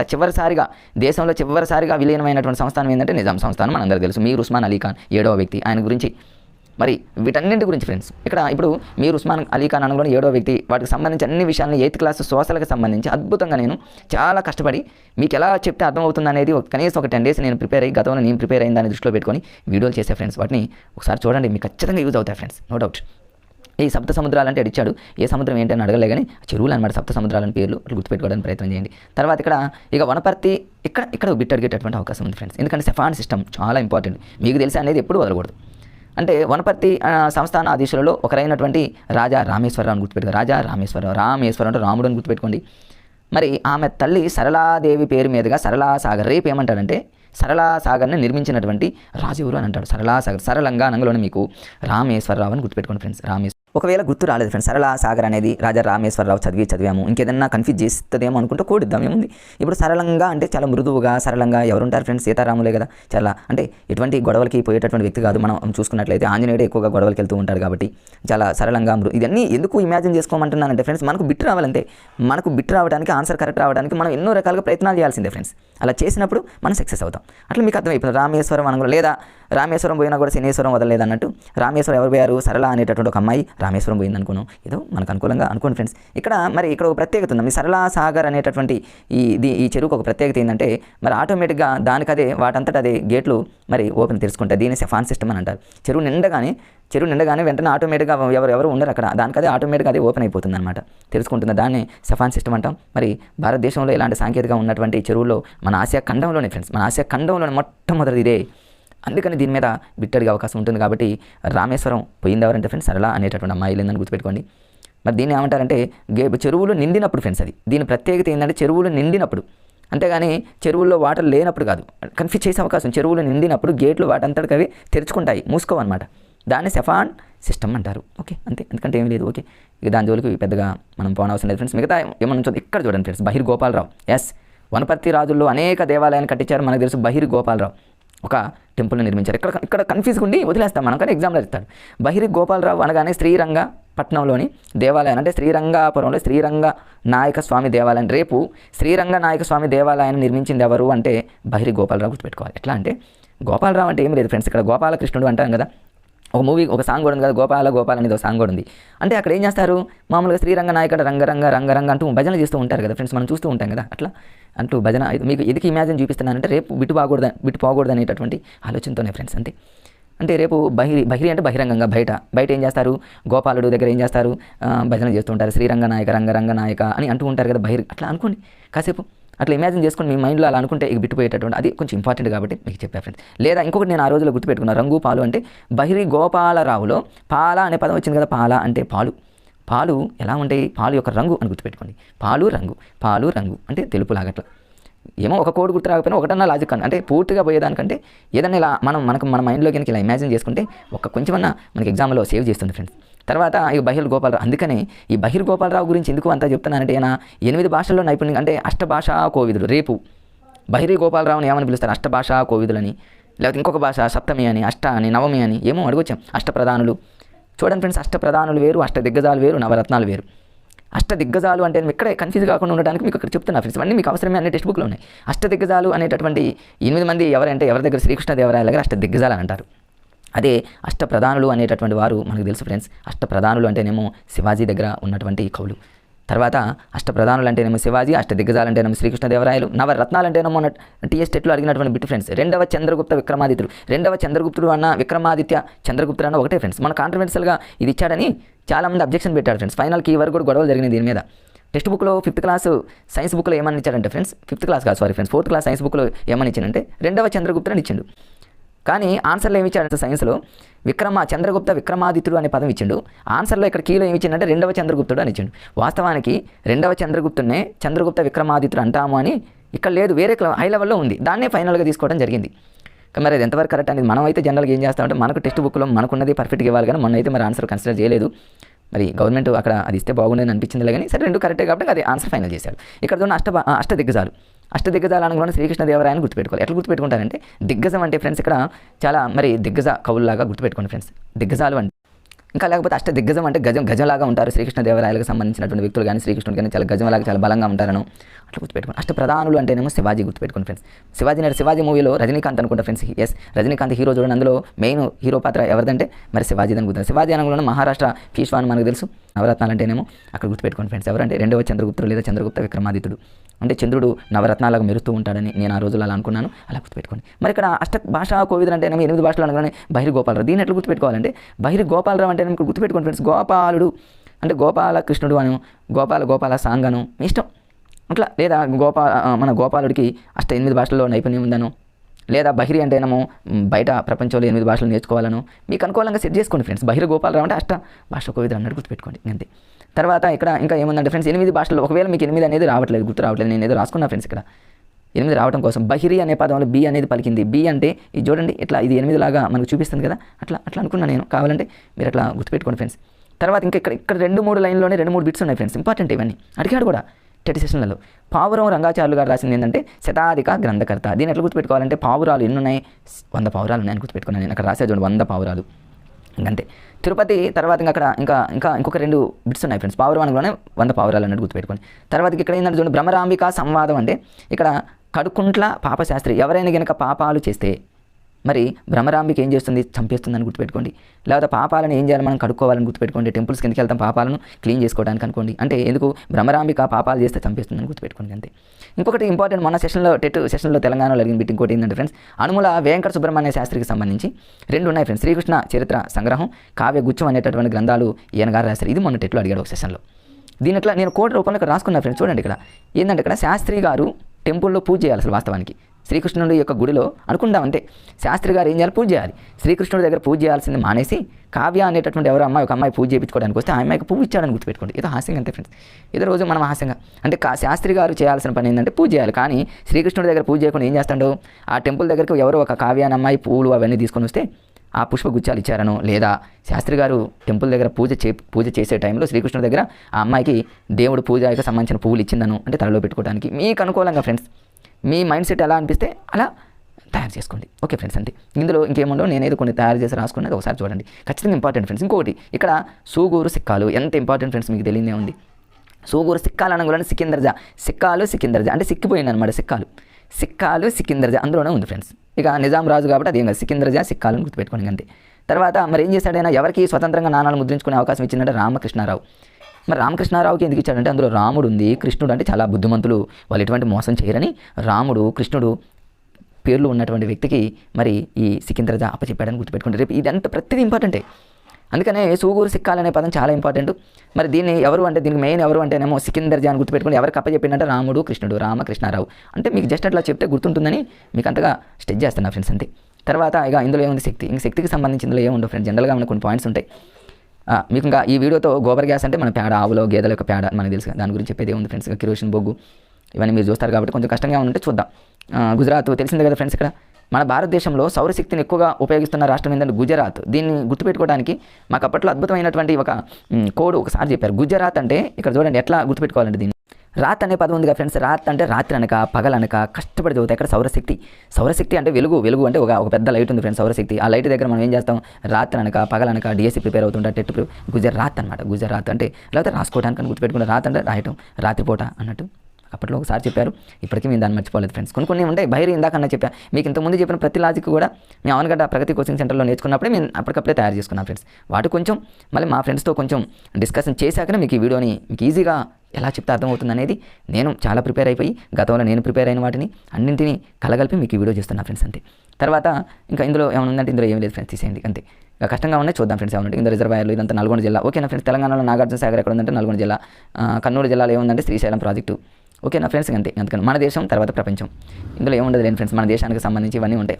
ఎస్ ఇక్కడ బిట్ ఉంది ఫ్రెండ్స్, మళ్ళీ అడిగే అవకాశం ఉంది. మొత్తం రాష్ట్రాలు మన టెక్స్ట్ బుక్ ప్రకారం 29 రాష్ట్రాలు ఫ్రెండ్స్. 7 కేంద్రపాలిత ప్రాంతాలు చిన్నప్పటి నుంచి చూస్తూనే ఉన్నాం. 7 కేంద్రపాలిత ప్రాంతాలు 29 రాష్ట్రాలు తెలంగాణతో కలుపుకొని. ఓకే మన భారతదేశం తో పోల్చుకుంటే మన తెలంగాణ యొక్క విస్తీర్ణం ఎంత ఉంది అనేది అదొకటి అడగవచ్చు. లేదా ప్రపంచంలో మన ఇండియా స్థానం ఎప్పుడు ఏడుతూనే ఉంటుంది, మన ఇండియా ఏడుస్తుంటుంది కాబట్టి 7వ స్థానం అని గుర్తుపెట్టుకోండి. మరి వింధ్యా సాత్పురా పర్వతాలు ఫ్రెండ్స్ భారతదేశాన్ని 2 రకాలుగా మధ్యగా పోయే పర్వతాలు 2 ఫ్రెండ్స్. ఆప్షన్లో వింధ్యా పర్వతాలు అంటాడు, సాత్పురా పర్వతాలు అంటాడు, ఇంకోటి వింధ్యా సాత్పురా అంటాడు. 2 కలిపి వింధ్యా సాత్పురా పర్వతాలు భారతదేశం మధ్యగా పోతూ పై భాగాన్ని కింద భాగాన్ని 2 భాగాలుగా విడగొడతాయి కాబట్టి వింధ్యా సాత్పురా 2 అని గుర్తుపెట్టుకోండి. అంతే ఏడుస్తూ ఉంటుంది కాబట్టి 7వ స్థానం ఉంటుంది. మరి విస్తీర్ణం పరంగా వైశాల్యం పరంగా ఒక ఆర్డర్లో ఉంచమని ఈ టేబుల్ని అడిగితే ఎట్లా ఏమో రేపు అడగొచ్చేమో, అడిగే అవకాశం ఎక్కువగా ఉంది ఫ్రెండ్స్. ఎగ్జామ్లో రావచ్చు ఇవ్వడానికి. అంటే దీన్ని ఎట్లా గుర్తుపెట్టుకోవాలి, రష్యా గుర్తురావాలి, కెనడా, చైనా గుర్తుపెట్టుకోవడానికి నేను ఏం చేశానంటే జస్ట్ ఇట్లా గుర్తుపెట్టాను. రాక్షస చాలామంది చూడండి అమెరికా పోయి మరి స్టడీ చేస్తూ ఉంటారు. ఎవరో అతను అమెరికా పోయి BA చదివాడట అనుకున్నాను నేను, జస్ట్ 4 సార్లు అనుకున్నాను. రాక్షస అమెరికాలో BA చదవాలి, రాక్షసులు లాంటి అమెరికాలో BA చదవాలా మన రాష్ట్రాన్ని వదిలిపెట్టి అన్నట్టు అనుకోండి. రాక్షస అమెరికాలో BA చదవాలా, రాక్షస అమెరికాలో BA చదవాలంటే రా అంటేనేమో గుర్తుపెట్టుకోండి రష్యా, రాక్షసలో కా అంటేనేమో కెనడా, చా అంటేనేమో చైనా, ఆ అంటేనేమో అమెరికానే, B అంటేనేమో మరి చూడండి బ్రెజిల్, A అంటేనేమో ఆస్ట్రేలియా అని గుర్తుపెట్టుకోండి ఫ్రెండ్స్. మొత్తం మీద భారతదేశం 7వ ప్లేస్లో ఉంది ప్రపంచంలో అని గుర్తుపెట్టుకోండి. ఒక ఆటలు అడిగితే మాత్రం అలా గుర్తుపెట్టుకోండి. నాకైతే ఈ కోడ్ బాగా నచ్చింది ఫ్రెండ్స్. రాక్షస అమెరికాలో BA చదవాలా, రాక్షస అమెరికాలో BA చదవాలా 3-4 సార్లు అనుకోండి. ఇప్పుడు అనుకునే టైం కూడా లేదు కాబట్టి నా మాటలు జస్ట్ అలా విన్నా కూడా రేపు వస్తే ఇదే వీటి మీ లైఫ్ని చేంజ్ అవ్వచ్చాము రేపు టెట్ కానీ DSCలో కానీ చెప్పలేం కదా ఫ్రెండ్స్ ఎక్కడ ఏది ఉంటుందో. తర్వాత ఇక్కడ మరి భారతదేశంలో భౌగోళికంగా మొత్తం ఎన్ని మండలాలు ఉంటాయి అంటాడు ఫ్రెండ్స్. 6 మండలాలా 7 మండలాలు అంటాడు. టెక్స్ట్ బుక్లో 6 అని ఇచ్చాడు. 6 మండలాల్లో ఉన్న వాళ్ళు అరవకుండా ఉండాలి. ఎప్పుడైనా అరవకుండా ఉండాలంటే 6 అని గుర్తుపెట్టుకోండి. అరవకుండా చదవాలి, అరవకుండా ఉండాలి. 6. ఈ 6 మండలాల్లో మన తెలంగాణ కానీ ఆంధ్రప్రదేశ్ కానీ మన తెలంగాణకు చుట్టుపక్కల ఉన్న రాష్ట్రాలు కానీ ఎన్నో మండలాలు ఉందంటే ఫ్రెండ్స్ మనందరూ తెలుసు దక్షిణ భారతదేశం అంతే. ఇది నోటెడ్ అయిందని నేను అనుకుంటున్నా ఫ్రెండ్స్. అంతే. తర్వాత ఇంకెక్కడ చూడండి ఫ్రెండ్స్, ఇక్కడ ప్రతి పాయింట్ చూడండి ఫ్రెండ్స్ ఎంత ఇంపార్టెంట్. సముద్రాలు ఎన్ని ఖండాలు ఫ్రెండ్స్ మనందరూ తెలుసు కదా, 7 ఖండాలు, ఏడుచుకుంటే 7 ఖండాలు, సముద్రాలు 5 సముద్రాలు, ఆ చేతికి 5 వేలు కాబట్టి 5 సముద్రాలను గుర్తుపెట్టుకోండి. ఖండాలు ఎప్పుడు ఏడుస్తూ ఉంటాయి కాబట్టి 7 ఖండాలు అని గుర్తుపెట్టుకోండి. ఖండాలు కానిది ఏంది అయింది అని అడగడు ఫ్రెండ్స్. పెద్ద ఖండం ఏంది చిన్న ఖండం అడుగుతాడు. ఆ రోజులు పోయింది కదా ఫ్రెండ్స్. పెద్ద ఖండం అంటేనేమో ఆసియా ఖండం అడుగుతుంది, చిన్న ఖండం అంటేనేమో ఆస్ట్రేలియా అడుగుతుంది. అవి అడిగే రోజులు పోయినాయి, డిఫరెంట్గా అడుగుతున్నాడు కదా ఫ్రెండ్స్. ఎట్లాంటి అంటే ఇక్కడ చూడండి కొన్ని ఉన్నాయి కదా, ఇవి అడగొచ్చు ఎందుకంటే ఇవి ఇంపార్టెంట్. భారతదేశంలో హిమాలయాలు ఉంటే ఓకే, మరి ఆండీస్ పర్వతాలు ఎక్కడ ఉంటాయి అంటే దక్షిణ అమెరికాలో. దీన్ని ఎట్లా గుర్తుపెట్టుకోవాలి. ఆండీస్ ఇప్పుడు 6th క్లాస్లో 7th క్లాస్లో ఫ్రెండ్స్ మనకు ఖండాల గురించి ఇవ్వడం జరిగింది. ఐరోపా ఖండాలు, వాటి మీద కూడా నేను వీడియో చేయడం జరిగింది ఫ్రెండ్స్. చాలా అద్భుతంగా చేశాను. ఆ ఖండాలలో ఉన్నటువంటి కొన్ని మేజర్ పాయింట్స్ని ఎలా గుర్తుపెట్టుకోవాలి, ఎగ్జామ్లో ఎక్కడ ఫోకస్ చేస్తాడు అనేది సోషల్కి సంబంధించి చాలా అద్భుతంగా నేను వీడియో చేశాను ఫ్రెండ్స్. మరి అన్ని రకాల వీడియోలు నేనే చేస్తున్నా ఫ్రెండ్స్. తెలుగు నేనే చేస్తున్నా, ఇంగ్లీష్ నేనే చేస్తాను. ఇంగ్లీష్ కూడా అద్భుతంగా అసలు ఇట్లే ఉంటుంది, ఎంత ఈజీగా ఉంటుంది అనేది నేను ఇంగ్లీష్లో చేశాను. మ్యాథ్స్ నేనే చేస్తున్నా, సైన్స్ నేనే చేస్తాను, బయాలజీ నేనే చేస్తాను, మెథడ్స్ నేనే చేస్తాను, సైకాలజీ నేనే చేస్తాను, ట్రై మెథడ్ నేనే చేస్తున్నా, PIE నేనే. ఇవన్నిటి మీద మరి ఆలోచన నాకు ఎలా వచ్చాయి అంటే ఫ్రెండ్స్ నేను మరి మీలాగానే ప్రిపేర్ అయ్యి, మీలాగానే కష్టపడి చదివి, మీలాగానే 1 year లాంగ్ టర్మ్ కోచింగ్ తీసుకొని, మీలాగానే డైలీ టెస్టులు రాస్తూ, మీలాగానే గ్రాండ్ టెస్టులు రాస్తూ, మీలాగానే పోటీ ప్రపంచంలో నెగ్గుకుంటూ కష్టపడి జాబ్ తెచ్చుకున్నటువంటి వ్యక్తిని కాబట్టి ఇన్ని రకాల వాటి మీద అవగాహన ఉంది ఫ్రెండ్స్. అంతే. అందుకనే అంటారు మల్టీ టాలెంట్ ఉన్న వాళ్ళకి జాబ్ అనేది. అందుకని అన్నింటి మీద మనం అవగాహన కలిగించుకోవాలి ఫ్రెండ్స్. అంతే. నాకు ఏదైనా రాదు అనేది ఎప్పుడూ ఉండకూడదు, రావాలి. నేను ఇప్పుడు వాస్తవానికి మ్యాథ్స్ ఫ్రెండ్స్, నాది మ్యాథ్స్ అయినప్పటికీ నేను అన్నింటి మీద గ్రిప్ తెచ్చుకోవాలా, ఎందుకు మనకు జాబ్ రావాలి కాబట్టి. అంతే. నాకు ఇదే వచ్చి మిగతాది రాదు అనేటటువంటి ఆలోచన ఎప్పుడు రావద్దు ఫ్రెండ్స్. అంతే. ఇప్పుడు ఆండీస్ పర్వతాలు ఉన్నాయి దక్షిణ అమెరికా. దీన్ని ఎట్లా గుర్తుపెట్టుకుంటారంటే ఆండీస్ అంటే ఆంటీ అని గుర్తుపెట్టుకోండి, దక్షిణ అమెరికా అంటే అమ్మీ అని గుర్తుపెట్టుకోండి, అమ్మ ఆంటీ అని గుర్తుపెట్టుకోండి. లేదా దక్షిణ అమెరికాలో మొదటి ఆ ఉంది, ఆండీస్లో 2 ఆ ఉంది, పక్కన 2 ఉన్నాయి కదా ఫ్రెండ్స్. అంటే నేను ఎప్పుడైనా దక్షిణ అమెరికా అనుకున్న ఆండీస్ గుర్తొస్తుంది, దానికి మొదటి 2 అంతే. దాని గురించి ఎక్కువగా ఆలోచించే పని లేదు ఫ్రెండ్స్. తర్వాత ఆల్ప్స్ పర్వతాలు అనుకున్న ఐరోపా అంటేనేమో అందులోనే ఉంది, ఐరోపాలో ఆల్ప్స్ అందులోనే ఉంది. అది పెద్ద కన్ఫ్యూజింగ్ ఉండదు ఫ్రెండ్స్. అంతే. ఇక హిమాలయాలు ఇవన్నీ ఇంత అవసరం లేదు. ఎవరెస్ట్ శిఖరం అనేది అది పెద్దది, అది తెలియని వాళ్ళు ఎవరున్నారు ఫ్రెండ్స్. మహాసముద్రాలు అంటే ఇది పెద్ద సముద్రం ఏంటి, సముద్రాలు చిన్న సముద్రం ఏంటి, అవి కూడా అడిగే రోజులు పోయినాయి ఫ్రెండ్స్. అన్నింటికంటే చిన్న సముద్రం ఏమో ఒకసారి చూసుకోండి, ఆర్కిటిక్ అనేది అతి చిన్న సముద్రం ఫ్రెండ్స్. అంతే. మరి అది పెద్ద సముద్రం అంటే పసిఫిక్ మహాసముద్రం, మనకి తెలియదే ఉంది ఫ్రెండ్స్. పసిఫిక్ మహాసముద్రం, బెర్ముడా ట్రయాంగిల్ ఉండేది అంటార్కిటికా మహాసముద్రం. అది ఇక్కడ ఏం అడగడు ఫ్రెండ్స్, జనరల్గా మీరు గుర్తుపెట్టుకోండి అంతేగా. తర్వాత ఇక్కడ ద్వీపకల్పం. మన భారతదేశం ద్వీపకల్పమా, ద్వీపం అంటే ఫ్రెండ్స్ గుర్తుపెట్టుకుని మన భారతదేశం అనేది ద్వీపకల్పం. ద్వీపం అంటేనేమో 4 వైపులా నీరు ఉంటుంది, ద్వీపకల్పం అంటేనేమో 3 వైపుల నీరు ఉంటే ఒకవైపు భూమి ఉంటుంది. మన భారతదేశం ఒకవైపు భూమి ఉంది కదా ఫ్రెండ్స్, 3 వైపుల వాటర్ ఉన్నప్పటికీ కూడా, అందుకని భారతదేశం ద్వీపకల్పం అని గుర్తుపెట్టుకోండి. అంతే ఫ్రెండ్స్. ఇందులో ఏమీ లేదు. ఇక నీటి చక్రానికి సంబంధించి ఇక నీరు అనేది ఆవిరవటం, నీరు ఇది కావటం, ఇదంతా మనకు తెలుసు ఫ్రెండ్స్. అందులో ఏమీ లేదు. జనరల్ మీరు చూసుకొని మీకు తెలుసు అనే దాని మీద కూడా దీని మీద పెద్ద ఇంపార్టెంట్ ఏమీ లేదు. ఇది మన రాజ్యాంగం. ఇక్కడ మళ్ళీ ఎగ్జామ్లో రెడీగా ఉంటాడు మిమ్మల్ని కన్ఫ్యూజ్ చేయడానికి. ఏముండదు సార్ మనం కన్ఫ్యూజ్ ఎందుకు అవుతాము అనుకుంటాం, కానీ కొన్ని పాయింట్స్ చూపిస్తాం మీకు. చూడండి ఎక్కడ కన్ఫ్యూజ్ అవుతాము. ఇప్పుడు మనకు తెలుసు ఒక జనవరి 26, 1915 మనకి అమల్లోకి వచ్చిందని తెలుసు. ఈ పాయింట్ జనరల్ పాయింట్ కాబట్టి దాని జోలికి నేను ఏం పోను. తర్వాత మీకు తెలుసా అనేది ఎందుకు చూసారా, మీకు తెలుసా అంటే ఖచ్చితంగా ఎగ్జామినర్ వచ్చేస్తాడు ఇక్కడికి.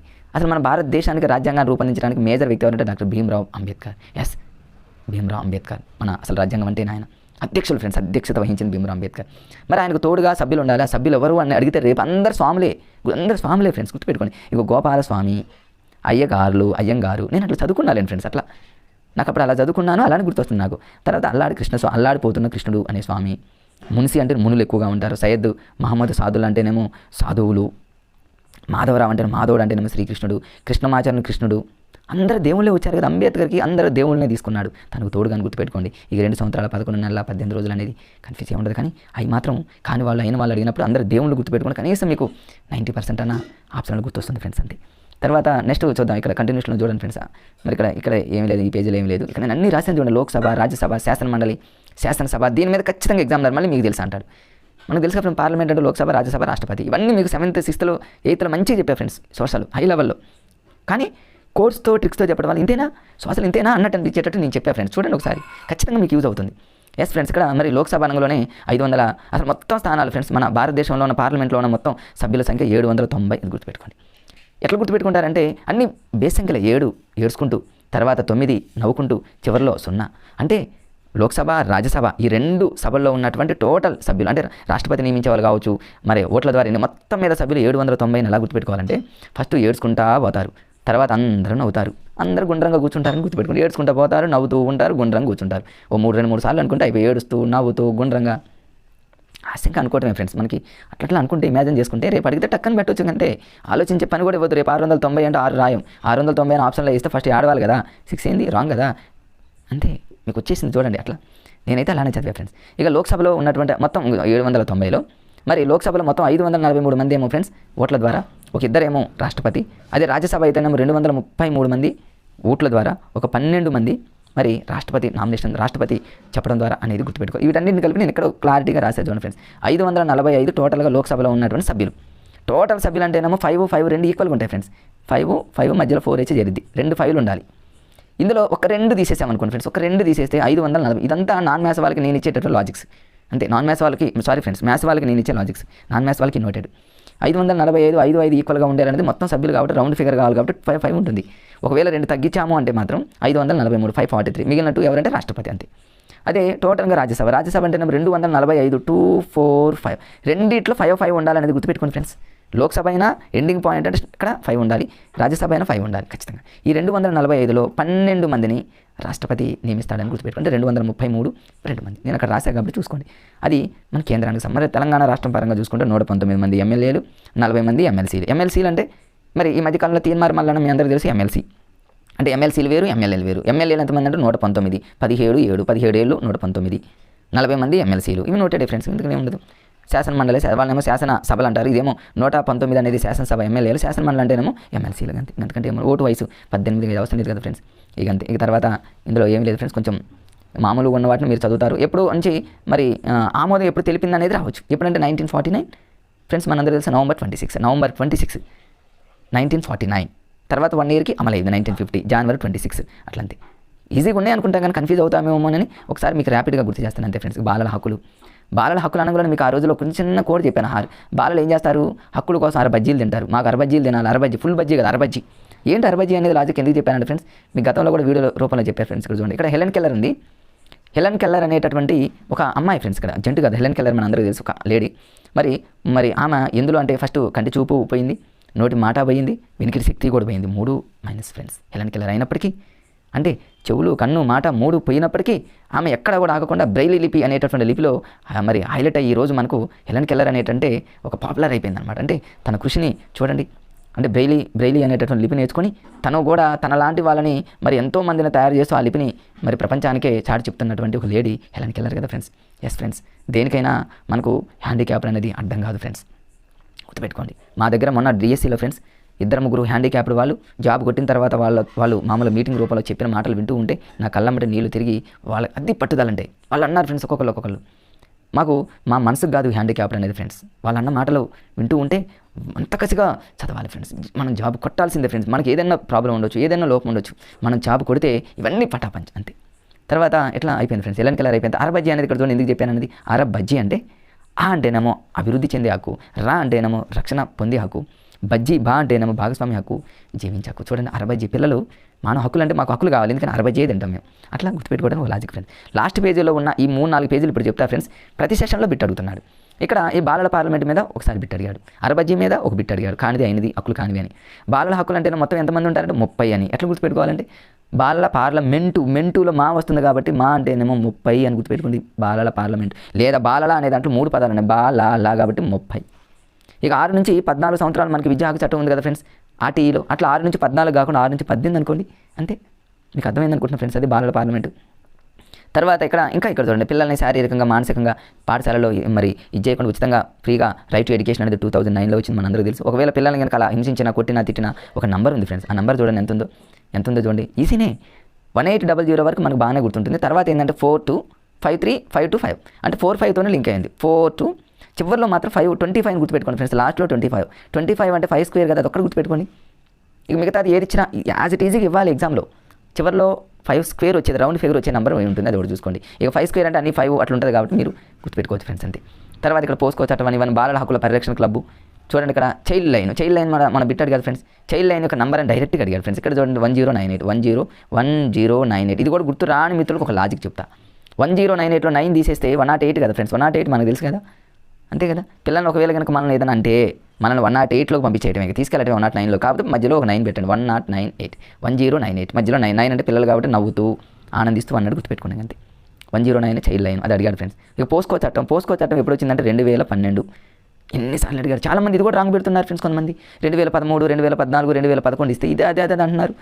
అది కన్ఫ్యూజ్ కాకుండా మీకు చిన్న లాజిక్ చెప్తా చూడండి. 2012 పోస్కో చట్టం అంటే ఏంది చూడండి. ఇక్కడ పిల్లలకు సంబంధించి మనం ఏదైనా కనుక ఒక హెరాస్మెంట్ చేసినా కూడా ఆడపిల్లలను ఏదైనా ఇట్లా హెరాస్మెంట్ చేస్తే ఒక చట్టం వచ్చింది ఫ్రెండ్స్. పోస్కో చట్టం అనేది వచ్చింది 2012. ఎట్లా గుర్తుపెట్టుకుంటారంటే 1-2 అనే దాంతో మన లాంగ్ పోస్కో అంటే ఏంటంటే అలాంటి వాళ్ళని కనుక ఇబ్బంది పెడితే ఖచ్చితంగా ఫ్రెండ్స్ 2 సార్లు అయినా సరే పోసుకోవాల్సింది, అంత కొట్టుడు కొడతారు పోలీసులు అనుకుని గుర్తుపెట్టుకోండి.